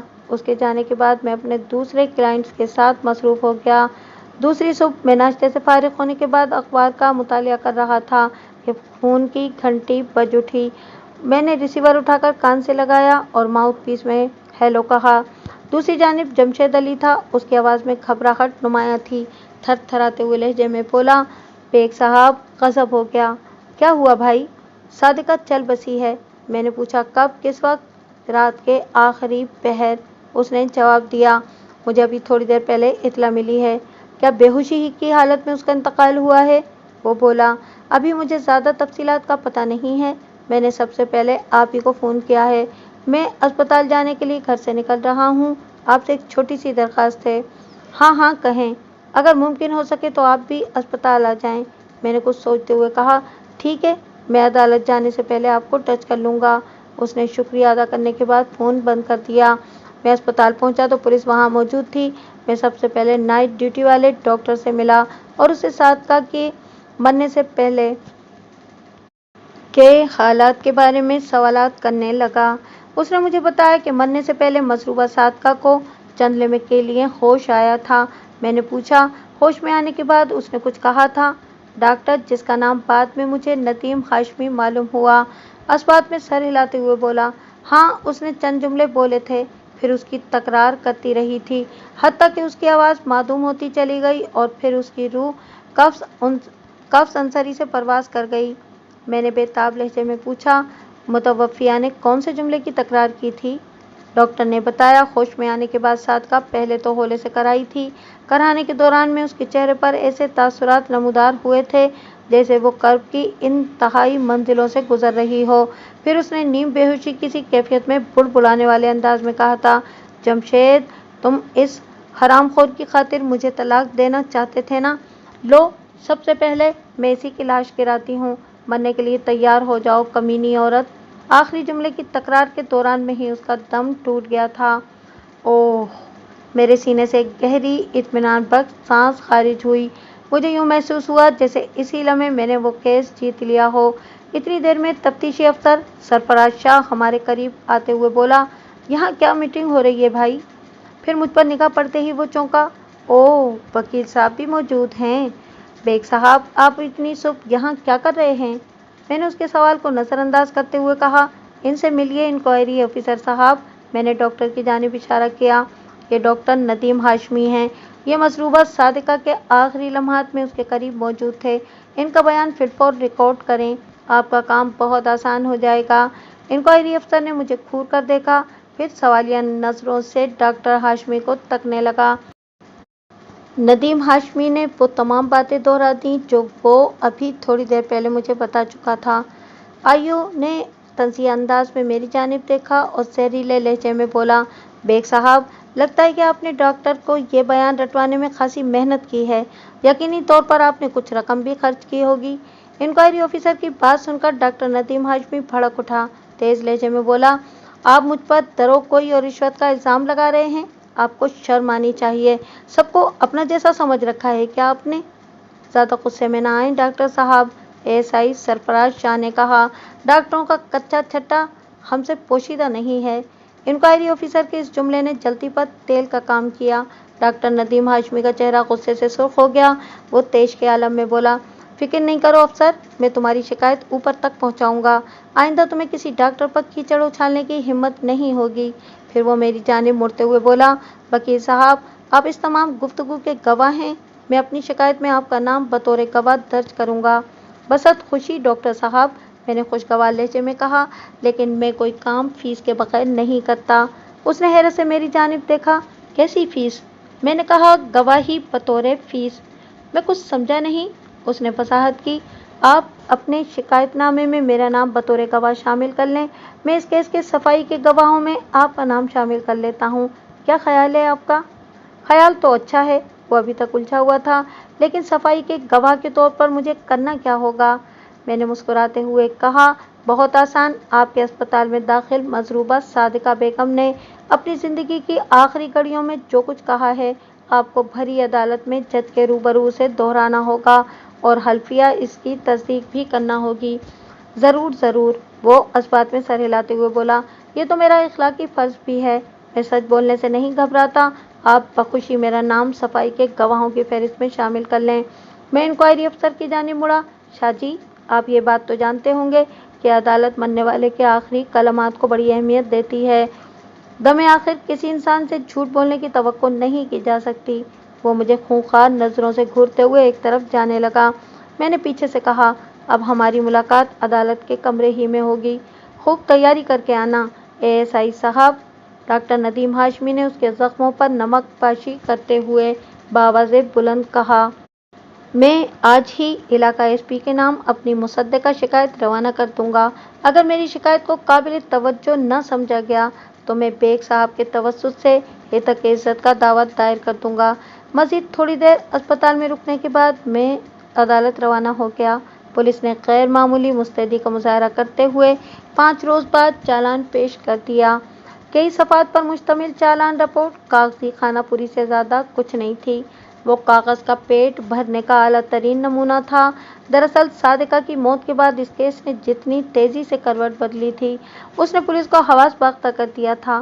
ख़ास तौर पर सादिका ने ज़िंदगी की आखिरी सांसों में जो कलमात अदा किए थे, इसके बाद से इस केस पर पुलिस की गिरफ्त कमज़ोर तर और हमारी गुफ्तगू मजबूत तरीन होती गई थी। पुलिस रिपोर्ट का खुलासा ये था, मुलजिम जमशेद अली एक जालिम और जाबिर शख्स था। वो अक्सर व पेशतर अपनी बीवी को ज़दोकोब करता रहता था। माँ के साथ होने वाली ज़्यादती के सबब दोनों बच्चे भी बाप से बागी हो गए थे। सादिका शौहर का हर सितम बर्दाश्त कर रही थी कि मुलजिम ने दूसरी शादी का फैसला करके सादिका पर सातों आसमान एक साथ गिरा दिए। मुलजिम ने मुतवफ़िया का सीना छलनी करने के लिए इस औरत को अपनी माँ से भी मिलवाया जिससे वो शादी करना चाहता था। मुतवफ़िया ने ज़िंदगी में पहली मर्तबा लबकुशाई की और मुलजिम के इस फ़ेल पर सदाए एहतजाज बुलंद की। मुलजिम सच्चाई को बर्दाश्त न कर सका और फिलफौर रिवॉल्वर निकालकर मुतवफ़िया सादिका बेगम को शूट कर दिया। मुलजिम को यकीन था कि उसने अपनी बीवी को मौत के घाट उतार दिया है, लेकिन उसने कानून की आंख में धूल झोंकने के लिए ड्रामा रचाया था और सबकी हमदर्दियां हासिल करने के लिए जख्मी बीवी को अस्पताल पहुंचा दिया, वगैरह वगैरह। जज ने कार्रवाई का आगाज़ करते हुए फर्द जुर्म पढ़कर सुनाई। मुलजिम ने सेहत जुर्म से इनकार कर दिया। उसके बाद मुलजिम जमशेद अली ने अपना तवील बयान रिकॉर्ड करवाया। इस बयान में ज़्यादातर बातें वही थीं जो थाने में मुलाकात के दौरान वो मुझे बता चुका था, लिहाजा दोबारा इन बातों का तज़किरा करना वक्त का ज़िया होगा। इस तगाज़ा की जानिब से निस्फ दर्जन गवाहों की फहरिस्त शामिल की गई थी, जिनमें मेरे मुवक्किल के दोनों बच्चों आसिफ और नाजिया के अलावा घरेलू मुलाज़मा निखत परवीन, पड़ोसी मंजूर इलाही, जमशेद टेक्सटाइल मिल का अकाउंटेंट अब्दुर्रहमान और मुतवफ़िया का भाई शमशाद खान शामिल थे। इस तगाज़ा की जानिब से सबसे पहले नाजिया और आसिफ को गवाही देने आए। इनकी गवाही में कोई ऐसी ख़ास बात नहीं थी जो काबिल ज़िक्र हो। वो वक़्वा के रोज़ घर पर मौजूद ही नहीं थे। वकील इस्तग़ासा ने इन्हें महज इसलिए पेश किया था कि वो अपने बयान से मुलजिम को एक ज़ालिम और जाबिर शख्स साबित कर सकें। उन्होंने अपने बाप के बारे में ख़ासा ज़हर उगला। ये वही ज़हर था जो इनकी माँ सादिका बेगम और मामू शमशाद खान मौका ब मौका कतरा कतरा इनके जहनों में टपकाते रहते थे। इसके बाद मुलजिम का पड़ोसी मंजूर इलाही बयान देने आया। उसने सच बोलने का हलफ उठाने के बाद मुख्तसर सा बयान दिया। उसका बयान रिकॉर्ड हो चुका तो वकील इस्तग़ासा सवालात के लिए आगे बढ़ा। मंजूर इलाही साहब, उसने इजरा का आगाज़ करते हुए कहा, आप मुलजिम के पड़ोसी हैं। आपने बयान दिया है कि मुलजिम के घर से अक्सर लड़ाई झगड़े की आवाज़ें आती रहती थीं। जी हाँ, मैंने यही बयान दिया है। वकील इस्तगासा ने पूछा, आप मोसिस अदालत को बताएंगे कि ये झगड़ा किन अफराद के माबैन हुआ करता था? ये भी कोई पूछने की बात है? मंजूर इलाही ने कहा। वो आवाज़ें मुलजिम और इसकी बीवी की हुआ करती थीं। मंजूर इलाही साहब, वकवा के रोज़ आप घर पर ही थे? जी हाँ, मैं घर में मौजूद था। आपने क्या देखा? वकील इस्तगासा ने पूछा। मेरा मतलब है कि उस रोज़ आपके पड़ोस में क्या वाक़या पेश आया था? मंजूर इलाही ने जवाब दिया, लगभग 6 बजे शाम मैंने अचानक गोली चलने की आवाज़ सुनी तो चौंक उठा। मैं सूरत हाल का जायज़ा लेने के लिए घर से बाहर निकला तो पता चला कि मुलजिम ने अपनी बीवी को शूट कर दिया है। वकील इस्तगासा ने मज़ीद 2-3 सवाल पूछने के बाद जिरह का सिलसिला मौकूफ़ कर दिया। मैं अपनी जगह से उठा और जज की इजाज़त हासिल करने के बाद कटहरे में मौजूद गवाह इस्तगासा मंजूर इलाही के करीब आ गया। कुछ देर तक मैं खामोशी से उसकी आंखों में देखता रहा, फिर सवाल किया, मंजूर इलाही साहब, अभी थोड़ी देर पहले आपने वकील इस्तगासा के एक सवाल के जवाब में बताया है कि आप वकवा के रोज़ घर पर थे। आप इस अदालत को बताना पसंद करेंगे कि मज़कूरा रोज़ क्या तारीख थी? वो परेशान नज़रों से मुझे देखने लगा, फिर कुछ सोचते हुए बोला, मेरा ख्याल है कि उस रोज़ शायद 12 तारीख थी। शायद क्यों? मैंने इसे घूरा। आपको यकीन क्यों नहीं है? ये बात ज़्यादा पुरानी तो नहीं है? वो दरअसल मेरी याददाश्त कुछ ज़्यादा अच्छी नहीं है। इस जवाब पर वकील इस्तगासा ने उसे घूर कर देखा और फिर बात बनाते हुए बोला, योर ऑनर, मोअज़्ज़िज़ गवाह ज़िंदगी में पहली मर्तबा अदालत में हाजिर हुआ है, इसलिए ज़रा नर्वस हो गया है, वरना चंद रोज़ पहले का वाक़या भी भला कोई भूलने की बात है। थैंक यू मेरे फाजिल दोस्त। मैंने तंज़िया अंदाज में वकील इस्तगासा की जानिब देखा।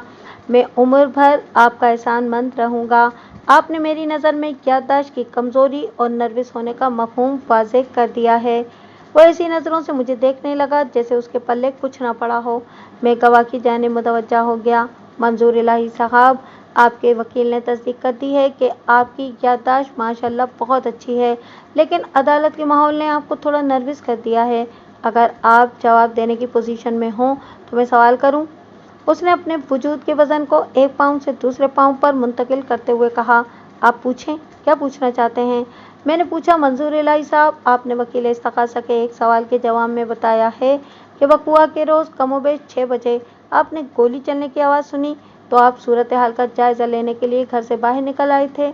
उसने इस बात में सर हिलाया। मैंने पूछा, बाहर आकर आपको मालूम हुआ कि आपके पड़ोसी ने अपनी बीवी को शूट कर दिया है? ये बात आपको किसी ने बताई थी या आपने मौका वारदात पर जाकर खुद अपनी आंखों से देखा था? ये बात मुझे मुलजिम के एक रिश्तेदार शमशाद खान ने बताई थी। यानी आप घर के अंदर नहीं गए थे? नहीं, उसने जवाब दिया। शमशाद खान मुझे गेट पर ही मिल गया था। उसने बताया था कि मुलजिम अभी अभी जख्मी सादका को गाड़ी में डालकर कहीं ले गया है। मैंने पूछा, आपको अपने पड़ोसी से कोई शिकायत है? उसने नफ़ी में जवाब दिया। मैंने जिरह के सिलसिले को ख़त्म कर दिया। इस्तगासा का अगला गवाह जमशेद टेक्सटाइल मिल का अकाउंटेंट अब्दुर्रहमान था। इस शख्स के बारे में जमशेद अली मुझे बता चुका था कि वो सादका बेगम का चमचा खास था। मुझे हैरत इस बात पर थी कि उसका नाम इस्तगासा के गवाहों में क्यों शामिल किया गया था। वकवा के वक्त वो जाए वारदात से मीलों दूर फैक्ट्री में अपने काम में मशगूल था। उसने जब बयान दिया तो मेरी उलझन दूर हो गई। उसे महज इसलिए गवाही के लिए बुलाया गया था कि वो मुलजिम को जालिम और मुतवफ़िया को जालिम मजलूम साबित कर सके। वकील इस्तगासा अपनी जिरह ख़त्म कर चुका तो मैंने गवाह अब्दुर्रहमान से सवाल किया, अब्दुर्रहमान साहब, आपकी फैक्ट्री में मुलाजमीन को तनख्वाह कौन सी तारीख को दी जाती है? वकील इस्तगासा मेरे इस गैर मुतालिका सवाल पर अजीब सी नज़रों से मुझे देखने लगा। अब्दुर्रहमान ने मेरे सवाल का जवाब दिया, हमारी फैक्ट्री में हर माह यकुम को तनख्वाह दे दी जाती है। कभी देर सवेर भी हो जाती होगी? कतई नहीं जनाब, वो पुरवसूख लहजे में बोला। अगर पहली तारीख को इतवार या कोई छुट्टी पड़ रही हो तो हम एक रोज़ पहले ही तनख्वाह तकसीम कर देते हैं। मैंने पूछा, एक ज़ाती किस्म का सवाल कर रहा हूँ। मुझे मालूम है कि आप जमशेद टेक्सटाइल मिल में अकाउंट्स के साथ साथ कैश के मामलात को भी देखते हैं। क्या ख्याल है, आपको अपनी सलाहियतों के मुताबिक मुआवजा मिल रहा है? वो बोला, हमारे मुल्क में किसी शख्स को उसकी सलाहियतों के मुताबिक मुआवजा कहाँ मिलता है? यानी अगर आप जमशेद टेक्सटाइल मिल की मुलाजमत छोड़कर कहीं और काम करें तो भी आपको कमोबेश इतनी ही तनख्वाह मिलेगी, आप कह सकते हैं। मैंने कहा कि गोया आपको फैक्ट्री से नहीं बल्कि इस मुल्क से शिकवा है जहां किसी शख्स को भी उसकी मेहनत का पूरा सिला नहीं मिलता। जज मेरे नुक्ता नज़र को समझ रहा था और बड़ी दिलचस्पी से जरा सुन रहा था। गवाह अब्दुर्रहमान ने जवाब दिया, कुछ ऐसी ही बात है जनाब आली, मुझे और कुछ नहीं पूछना, मैंने जज की जानिब देखते हुए कहा और अपनी जगह पर आकर बैठ गया। कटहरे में खड़ा अब्दुर्रहमान हक्का बक्का मुझे देखने लगा। पता नहीं वो जहन में किस किस्म की खतरनाक जरा का तस्वुर लेकर आया था। बहरहाल मुझे जो कुछ पूछना था वो मैं पूछ चुका था। मेरी कारकर्दगी से जज खासा मुतासिर नजर आ रहा था। अब्दुर्रहमान के बाद घरेलू मुलाजमा निगत परवीन गवाही देने के लिए कटहरे में आई।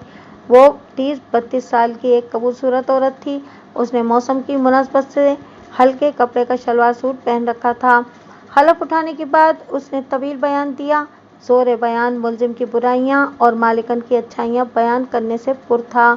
अपने बयान के आखिर में उसने बताया कि बकुआ के रोज़ जब उसने अपनी मालकन को जाकर बताया कि मुलजिम इस औरत को अपने घर ले आया है जिससे वो शादी का मंसूबा बना रहा है, तो उसकी मालकन बाज पुस करने मुलजिम के कमरे में चली गई। फिर थोड़ी देर के बाद गोली चलने की आवाज़ आई। उसके चंद लम्हे बाद मुलजिम अपनी बीवी को गाड़ी में डालकर बंगले से रवाना हो गया। उसका बयान ख़त्म हुआ तो वकील इस्तग़ासा ने सरसरी अंदाज में 2-4 सवालात किए जिससे ये साबित करना मकसूद था कि मुलजिम अपनी बीवी से बहुत नफरत करता था और इससे दुश्मनी की हद तक बैर रखता था, वगैरह वगैरह। वकील इस्तग़ासा का रवैया मेरी तवक्को के ऐन मुताबिक था। मैं अपनी बारी पर जिरा करने के लिए कटहरे के पास आया और निगहत परवीन से सवाल किया, निगहत परवीन, तुम्हें मुलजिम के बंगले पर काम करते हुए कितना अरसा हुआ है? उसने उंगलियों पर हिसाब लगाने के बाद जवाब दिया, 8 साल जनाब। 8 साल अच्छी खासी मुद्दत होती है। मैंने कहा, क्या इस अरसे के दौरान में तुम्हें अपने मालिक में एक भी खूबी नजर नहीं आई? उसने पहले मुलजिम की तरफ देखा, फिर वकील इस्तग़ासा की जानिब, उसके बाद उसने मेरे सवाल का जवाब दिया, मुझे इनमें एक भी खूबी नजर नहीं आई।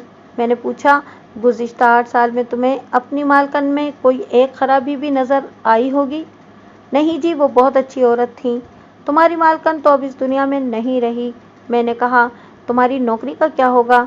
इस बंगले में तो तुम्हारा दिल नहीं लगेगा। हाँ जी, अब मैं शमशाद साहब के घर में काम करूंगी, उसने जवाब दिया। मैंने उनसे नौकरी की बात कर ली है। क्या तुम नाजिया और आसिफ को तन्हा छोड़ दोगी? वो जल्दी से बोली, क्यों जी, वो भी मेरे साथ ही शमशाद साहब के घर में रहेंगे, बल्कि हम सब बाद में इसी बंगले में मुंतकिल हो जाएंगे। जमशेद साहब तो जेल चले जाएंगे ना। वो अपनी बेवकूफ़ी नुमा सादगी में बहुत बड़ा इंकशाफ कर गई थी। जज ने चौंक कर उसे देखा। वकील इस्तग़ासा तिल मिलाकर रह गया। मैं फिलफौर एक्शन में आ गया। मैंने तेज़ लहजे में सवाल किया, निगहत परवीन, तुम्हें ये पट्टी किसने पढ़ाई है?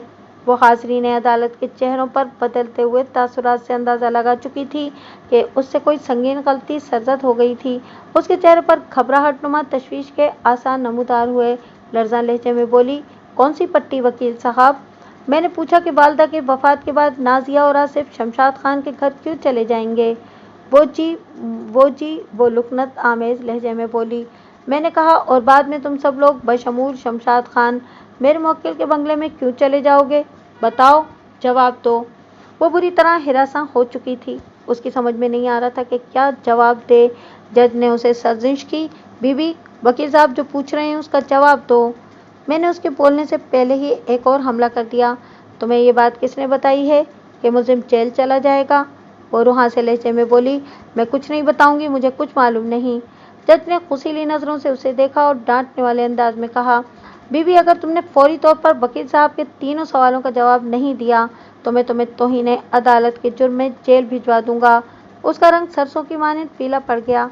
सरासीमा लहजे में बोली, मैंने कुछ नहीं किया है, मेरा कोई कसूर नहीं। वो तो सब कुछ शमशाद साहब ने मुझे बताया था। उन्होंने कहा था कि फ़िलहाल बच्चे और मैं इनके घर चले जाएंगे। जमशेद साहब पर मुकदमा चलेगा, मुमकिन है इन्हें सजाए मौत ही हो जाए। इनके जेल जाने के बाद शमशाद साहब इस बंगले में आकर रहने लगेंगे। अपनी बात ख़त्म करने के बाद वो रहम तलब नज़रों से मुझे देखने लगी। फिर गुरूगी लहजे में बोली, सर जी, मैंने कोई जुर्म नहीं किया, आप मुझे जेल न भेजें, मैं इन लोगों से दूर चली जाऊंगी। किसी दूसरी जगह मुलाजमत कर लूँगी। फिर वो बाकायदा आंसुओं से रोने लगी। जज ने वकील इस्तग़ासा को मुखातिब करते हुए पूछा, क्या इस्तग़ासा का गवाह शमशाद खान इस वक्त अदालत में मौजूद है? वकील इस्तग़ासा ने जवाब दिया, जनाब आली, वो थोड़ी देर पहले बरामदे में बेंच पर बैठा हुआ था, उसे बयान के लिए अंदर बुलाएं। जज ने तहकमाना लहजे में कहा, वाज़ेह रहे कि अदालत के कमरे में एक वक्त में सिर्फ एक गवाह को ही गवाही के लिए बुलाया जाता है। बाकी मुतल्लिका गवाहान बाहर बरामदे में अपनी बारी के मुंतज़िर रहते हैं। इसका एक मकसद तो यह होता है कि एक गवाह की गवाही दूसरे गवाह के बयान को मुतासिर ना करे। हमारी खुशकिस्मती ये थी कि हमारा केस पहले नंबर पर था, इसलिए हमें ज़्यादा से ज़्यादा वक्त मिल रहा था, वरना एक ही दिन में इतने गवाहों का बयान करवाना मुमकिन नहीं था। थोड़ी ही देर के बाद निकत परवीन की जगह शमशाद खान गवाहों के कटहरे में खड़ा था। उसने सच बोलने का हलफ उठाया, फिर अपना बयान रिकॉर्ड करवाया। उसका बयान पुलिस रिपोर्ट का खुलासा था। वकील सरकार ने मुतल्लिका कम और गैर मुतल्लिका सवालात ज़्यादा किए। दरअसल वो थोड़ी देर पहले पैदा हो जाने वाली सूरत हाल से बौखलाया हुआ था। निकत परवीन के इंकिशाफ ने केस का पांसा पलट दिया था। जज के रवैये से जाहिर था कि वो हकीकत हाल तक पहुँच चुका है। मैंने जज की ख्वाहिश को मद्देनज़र रखते हुए जिरा का आगाज़ किया। शमशाद साहब, क्या आपने मुलजिम की मुलाजिमा निगहत परवीन से कहा था कि मुलजिम के दोनों बच्चे अब आपके यहाँ मुंतकिल हो जाएंगे? उसके चेहरे पर उलझन के आसार पैदा हुए, लेकिन जल्दी वो संभल गया और थूक निकलते हुए बोला, हाँ, मैंने ये बात कही थी। जाहिर है, माँ के बगैर बच्चे अकेले कैसे रह सकते हैं? इन्हें किसी न किसी सरपरस्त की ज़रूरत होगी। मुझसे ज़्यादा इनकी निगहदाश्त और कौन कर सकता है? शमशाद साहब, मैंने उसे कड़े तेवरों से घूरते हुए कहा, आपने मुलजिम की मुलाजमा को बताया था कि बादिशाह आप सब लोग मुलजिम के बंगले में मुंतकिल हो जाएंगे। नहीं, मैंने ऐसी कोई बात नहीं कही। वो नफ़ी में गर्दन हिलाते हुए बोला। उसके चेहरे से परेशानी झलक रही थी। क्या आपने मुलजिम की मुलाजमा को यकीन दिलाया था कि मुलजिम को सजाए मौत या कैद ताहयात हो जाएगी? नहीं, नहीं तो? उसकी ज़बान लड़खड़ाने लगी। मैं भला ऐसा क्यों कहने लगा? जज ने उसे झाड़ पिलाई। मिस्टर शमशाद, तुम जिन बातों से इनकारी हो, अभी थोड़ी देर पहले इस्तग़ासा की गवाह निकत परवीन इन बातों का इकरार कर चुकी है। जनाब, उसने झूठ बोला है। वो हिरासा नज़रों से इधर उधर देखने लगा। जज ने अपने सामने फैले हुए कागजात पर कुछ नोट किया, फिर मुझे जिरा जारी रखने की हिदायत की। जज के चेहरे पर गुस्से के तासुरात मैंने वाज़ेह तौर पर महसूस किए थे।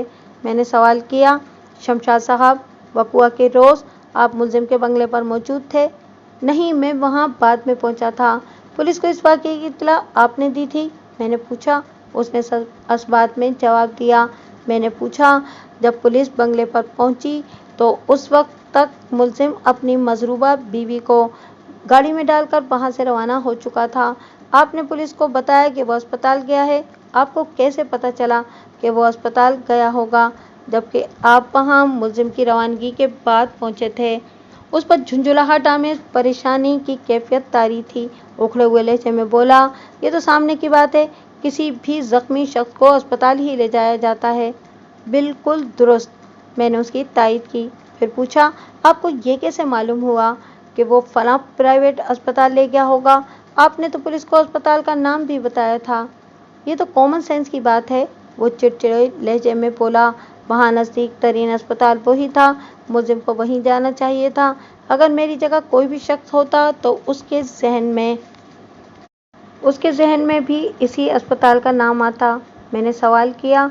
शमशाद साहब, फायर की आवाज़ सुनकर मुलजिम का पड़ोसी और इस्तग़ासे का मुअज़्ज़िज़ गवाह मंसूर इलाही अपने घर से बाहर निकल आया था। गेट पर उसकी मुलाकात आपसे हुई और आपने उसे बताया कि मुलजिम ने अपनी बीवी को शूट कर दिया है। मुझे पूछना आपसे ये है कि आपने बंगले में दाखिल हुए बगैर ये कैसे जान लिया कि मुलजिम ने अपनी बीवी को गोली मार दी है?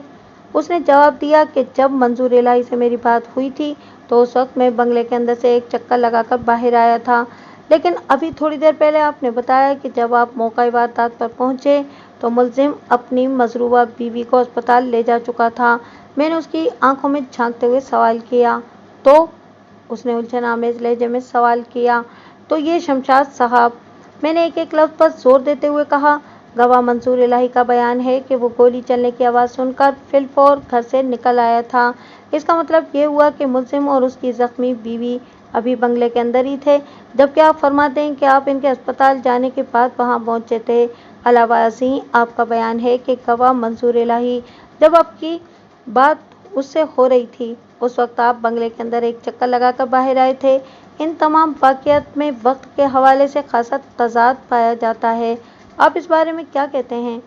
मैंने जो बयान दिया है वो ही मबनी बर सच है, वो ढिठाई से बोला।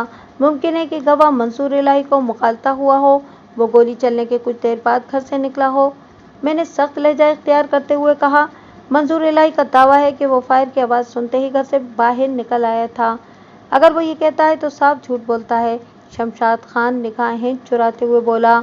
बहुत खूब, मैंने इस्तेज़ाई अंदाज में कहा और फिर जज की जानिब रूए सुखन फेरते हुए इजाफा किया, जनाब आली, इस्तग़ासा का गवाह शमशाद खान इस्तग़ासा के दीगर दो गवाहान मंसूर इलाही और निगहत परवीन के बयान को मबनी बर दरोग करार दे रहा है।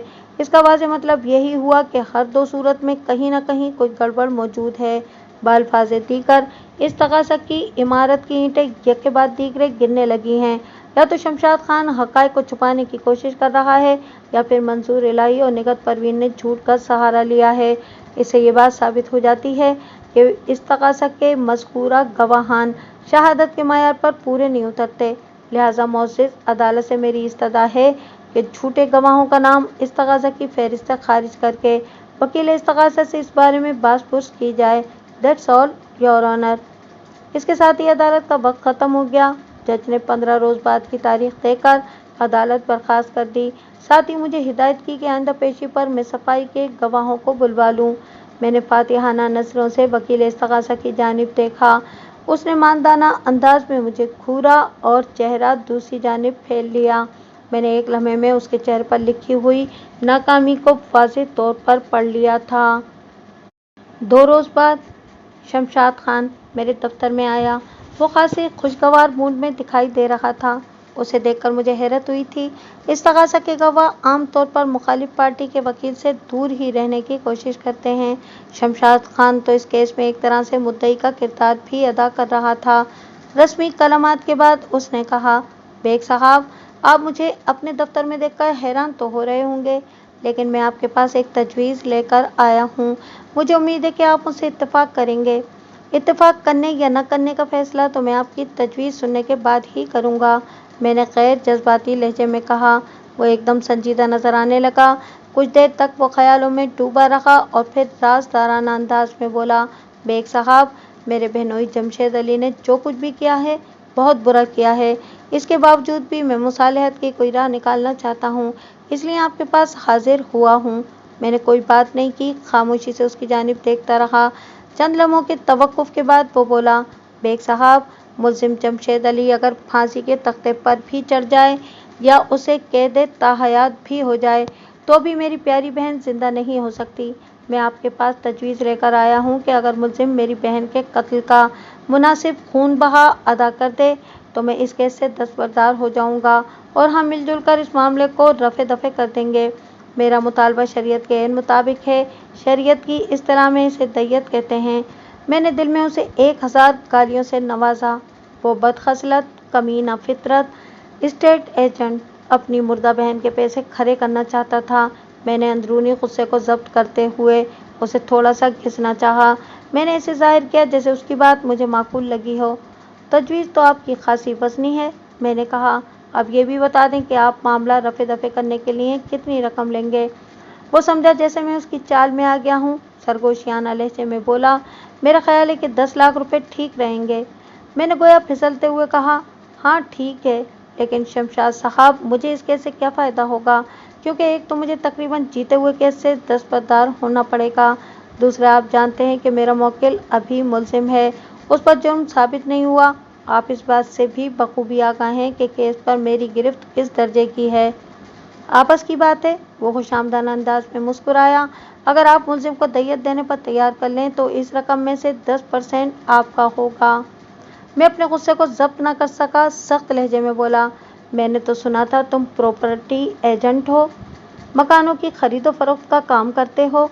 लेकिन तुम्हारी बातों से मैंने अंदाज़ा लगाया है कि आजकल तुम्हारा कारोबार कुछ अच्छा नहीं चल रहा है, इसलिए तुमने मुर्दों की तजारत शुरू कर दी है। आप नाराज़ क्यों होते हैं बेग साहब? वो झेपे हुए अंदाज में बोला। ये तो एक तजवीज़ थी, बड़ी घटिया तजवीज़ थी तुम्हारी, मैंने नफरत आमेज लहजे में कहा। वो कुछ नहीं बोला, खामोशी से उठा और तेज़ कदमों से चलता हुआ मेरे दफ्तर से निकल गया। मैं उसकी शैतानी ज़हनियत पर अफसरदगी से सर हिलाकर रह गया। इसके सिवा मैं और कर भी क्या सकता था। आइंदा 2 पेशियों पर कोई काबिल ज़िक्र कार्रवाई ना हो सकी। एक मर्तबा तो वकील सरकार ने अपनी बीमारी का सर्टिफिकेट भेज दिया और दूसरी दफ़ा जज गैर हाजिर था। चुनांचे तीसरी पेशी पर पहले मुल्जिम का बयान हुआ। वकील सरकार ने अपने तय सख्त तरीन जिरह की, लेकिन वो मेरे मुवक्किल को हिरासा न कर सका और न ही अपनी मतलब की कोई बात उगलवा सका जो उसके लिए मुफीद साबित होती। फिर अदालत का वक्त ख़त्म हो गया। आइंदा पेशी पर सफाई के गवाहान ने बयान दिया, जिनमें नीलम और जमीला खातून का बयान आपस में खासी हद तक मुमासिलत रखता था और वो मेरे मुवक्किल के हक़ में जाता था।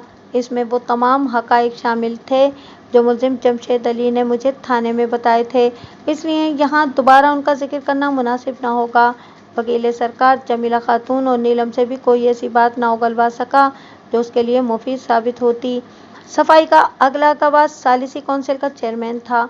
उसने इस बात की तस्दीक की कि मुल्ज़िम अपनी बीवी को तलाक दे चुका था और ये कि सालिसी कौंसिल की जानिब से फरीकैन को समन जारी कर दिए गए थे जो उन्होंने वसूल भी कर लिए थे। उसने जवाब दावा में तलाकनामे वाली रजिस्ट्री की नकल भी मुंसलिक कर दी थी। वो रजिस्ट्री मरहुमा सादका बेगम ने वसूल नहीं की थी। सफाई का आखिरी गवाह डॉक्टर नदीम हाशमी था। उसने सच बोलने का हलफ उठाने के बाद मुतवफ़िया के आखिरी कलमात अदालत के रूबरू दोहराए और तस्दीक कर दी। वकील सरकार ने सरसरी तौर पर चंद सवालात किए और अपनी जगह पर जाकर बैठ गया। उसका सारा जोशो खरोश गायब हो चुका था। जज सूरत हाल को अच्छी तरह समझ चुका था और हक़ाइक़ की तह तक भी पहुँच चुका था। आखिर में मैं अपने मुवक्किल के हक़ में दलाइल देने के लिए खड़ा हुआ और रूए सुखन जज की जानिब मोड़ते हुए अपने दलाइल का आगाज़ किया। जनाब अली, मैंने खकार कर गला साफ करते हुए कहा, सारी सूरत हाल रोज़े रोशन की तरह आया हो चुकी है।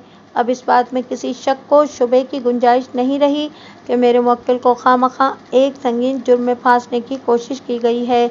एक लम्हे के तवक्कुफ़ से मैंने सिलसिला कलाम जारी रखते हुए कहा, जनाब अली, मेरा मुवक्किल अपनी बदज़बान बीवी की बेहूदगियों से इस कदर आजिज़ था कि उसने बहालत मजबूरी दूसरी शादी का फैसला कर लिया। इस सिलसिले में उसने कानूनी राय इख्तियार की और अपनी बीवी से अक़्द सानी की इजाज़त लेना चाही, लेकिन उसने न सिर्फ ये कि ऐसी इजाज़त देने से शिद्दत से इनकार किया, बल्कि घर में एक फसाद बर्पा कर दिया। वो अपने बच्चों को मेरे मुवक्किल की जानिब से इस कदर बाग़ी कर चुकी थी कि वो बाप की सूरत से नफ़रत करने लगे थे। अज़ीं अलावा वो अक्सर और बेशतर अपनी सास की भी बेइज्जती करती रहती थी। जब मेरे मुवक्किल ने देखा कि पानी सर से ऊंचा हो रहा है तो उसने एक हतमी फ़ैसला कर लिया। ये फ़ैसला सादका बेगम जैसी साजिशी, फितना परवर, फसादी और बदकलाम बीवी से निजात हासिल करने का फ़ैसला था। मेरे मुवक्किल ने मेरे तवस्सुत से अपनी बीवी के नाम तलाकनामा में क्रॉस चेक बराए हक़ महर बज़रिया रजिस्ट्री डाक रवाना कर दिया, जो मुतवफ़्फ़िया सादिका बेगम ने वसूल नहीं किया। जवाबी दावा में मज़कूरा रजिस्ट्री की नकल और लिफाफा मौजूद है, जिस पर डाकिये के हाथ का लिखा हुआ नोट भी मौजूद है। मकतूब अलैह रजिस्ट्री वसूल करने से इनकारी है। यह रजिस्ट्री मौरख़ा 2 जुलाई को रवाना की गई, जो मज़कूरा बाला नोट के साथ 6 जुलाई को वापस आ गई। इस रजिस्ट्री की एक नकल सालिसी कौंसिल को भी रवाना की गई थी, जिसकी तस्दीक सफाई के गवाह सालिसी कौंसिल के चेयरमैन मोअज़्ज़ज़ अदालत के रूबरू बयान कर चुके हैं। मैंने थूक निगल कर हलक तर किया, फिर सिलसिला कलाम को जोड़ते हुए कहा, योर ऑनर, वक़ुआ के रोज़ मेरा मुवक्किल अपनी सेक्रेटरी नीलम को अपनी वालिदा से मिलवाने लाया था, क्योंकि वह नीलम से शादी करने का फ़ैसला कर चुका था। घरेलू मुलाज़मा निकत परवीन की ज़बानी मुतवफ़्फ़िया सादिका बेगम को जब नीलम की आने का मकसद का इल्म हुआ तो वो आपे से बाहिर हो गई। اس نے اپنے لباس میں ایک ریوالور چھپایا اور اس کمرے میں پہنچ گئی جہاں میرا موکل اپنی والدہ جمیلہ خاتون اور سیکرٹری نیلم کے ساتھ موجود تھا۔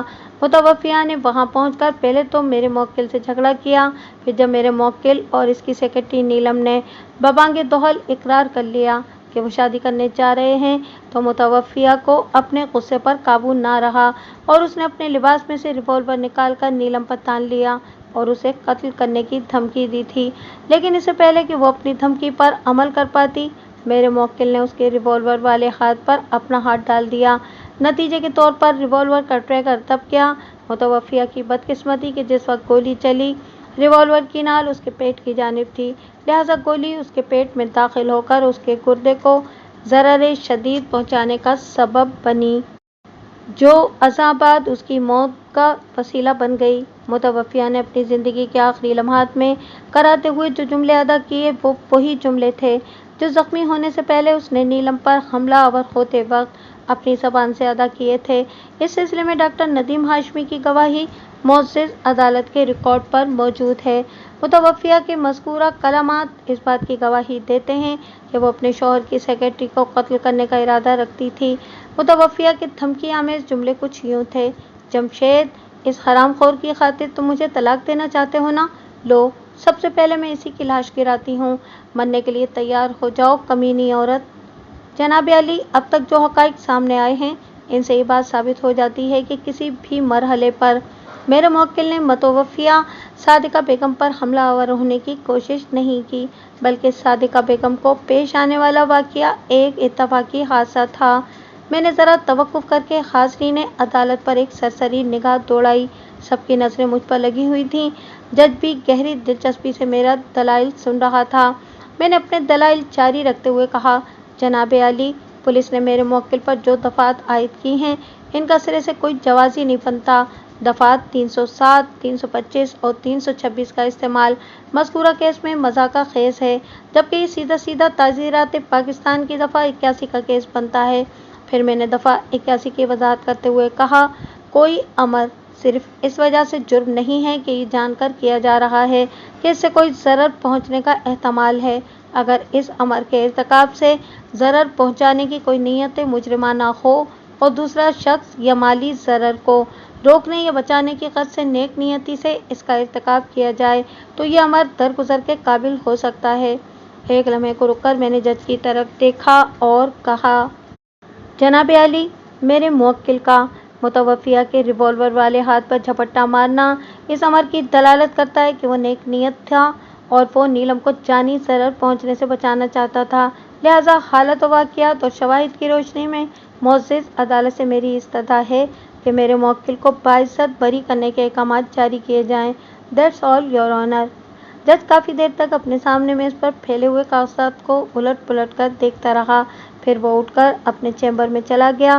آدھے گھنٹے کے بعد وہ دوبارہ کرسی پر آ کر برائے جمان ہوا اور 1 ہفتے بعد فیصلے کی تاریخ دے کر عدالت برخاست کر دی۔ آئندہ پیشی پر عدالت نے میرے موکل کے حق میں فیصلہ سنا دیا۔ اسی شام جمشید علی نیلم کے ساتھ میرے دفتر میں آیا۔ آصف اور نازیہ بھی ان کے ہمراہ تھے۔ واضح رہے کہ یہ دونوں بچے اس کیس کی عدالتی کارروائی کے دوران میں باقاعدگی سے عدالت کے کمرے میں موجود رہتے تھے۔ سماعت کے دوران میں تیزی سے بدلتی ہوئی صورتحال نے انہیں خاصا متاثر کیا تھا۔ آہستہ آہستہ حقیقت ان کی نگاہوں میں عیاں ہوتی چلی گئی تھی اور جب یہ کیس اپنے آخری مراحل میں تھا تو ان کے دل پوری طرح جمشید علی کی جانب پھر چکے تھے۔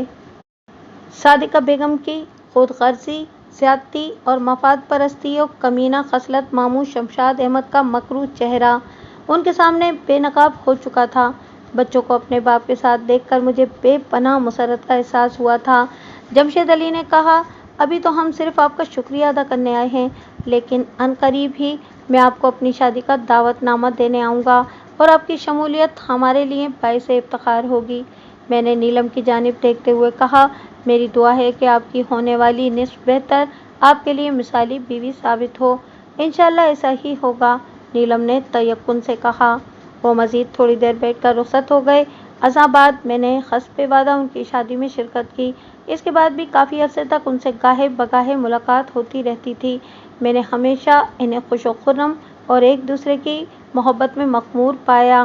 قدرت کے کام بھی بڑے نرالے ہوتے ہیں، اس کی مصلحتوں کو سمجھنا آسان نہیں، اس کے نوازنے کا اپنا ایک انوکھا طریقہ کار ہے۔ جمشید علی نے ازدواجی زندگی کا ایک طویل عرصہ اپنی نصف بہتر کے ساتھ جس اذیت میں گزارا تھا، نیلم اس ریاضت کا انعام تھی۔ نیلم اور جمشید کی پربہار و خوش و خرم ازدواجی زندگی کو دیکھ کر اس بات پر میرا ایمان پختہ ہو گیا کہ خدا کے ہاں دیر ہے اندھیر نہیں۔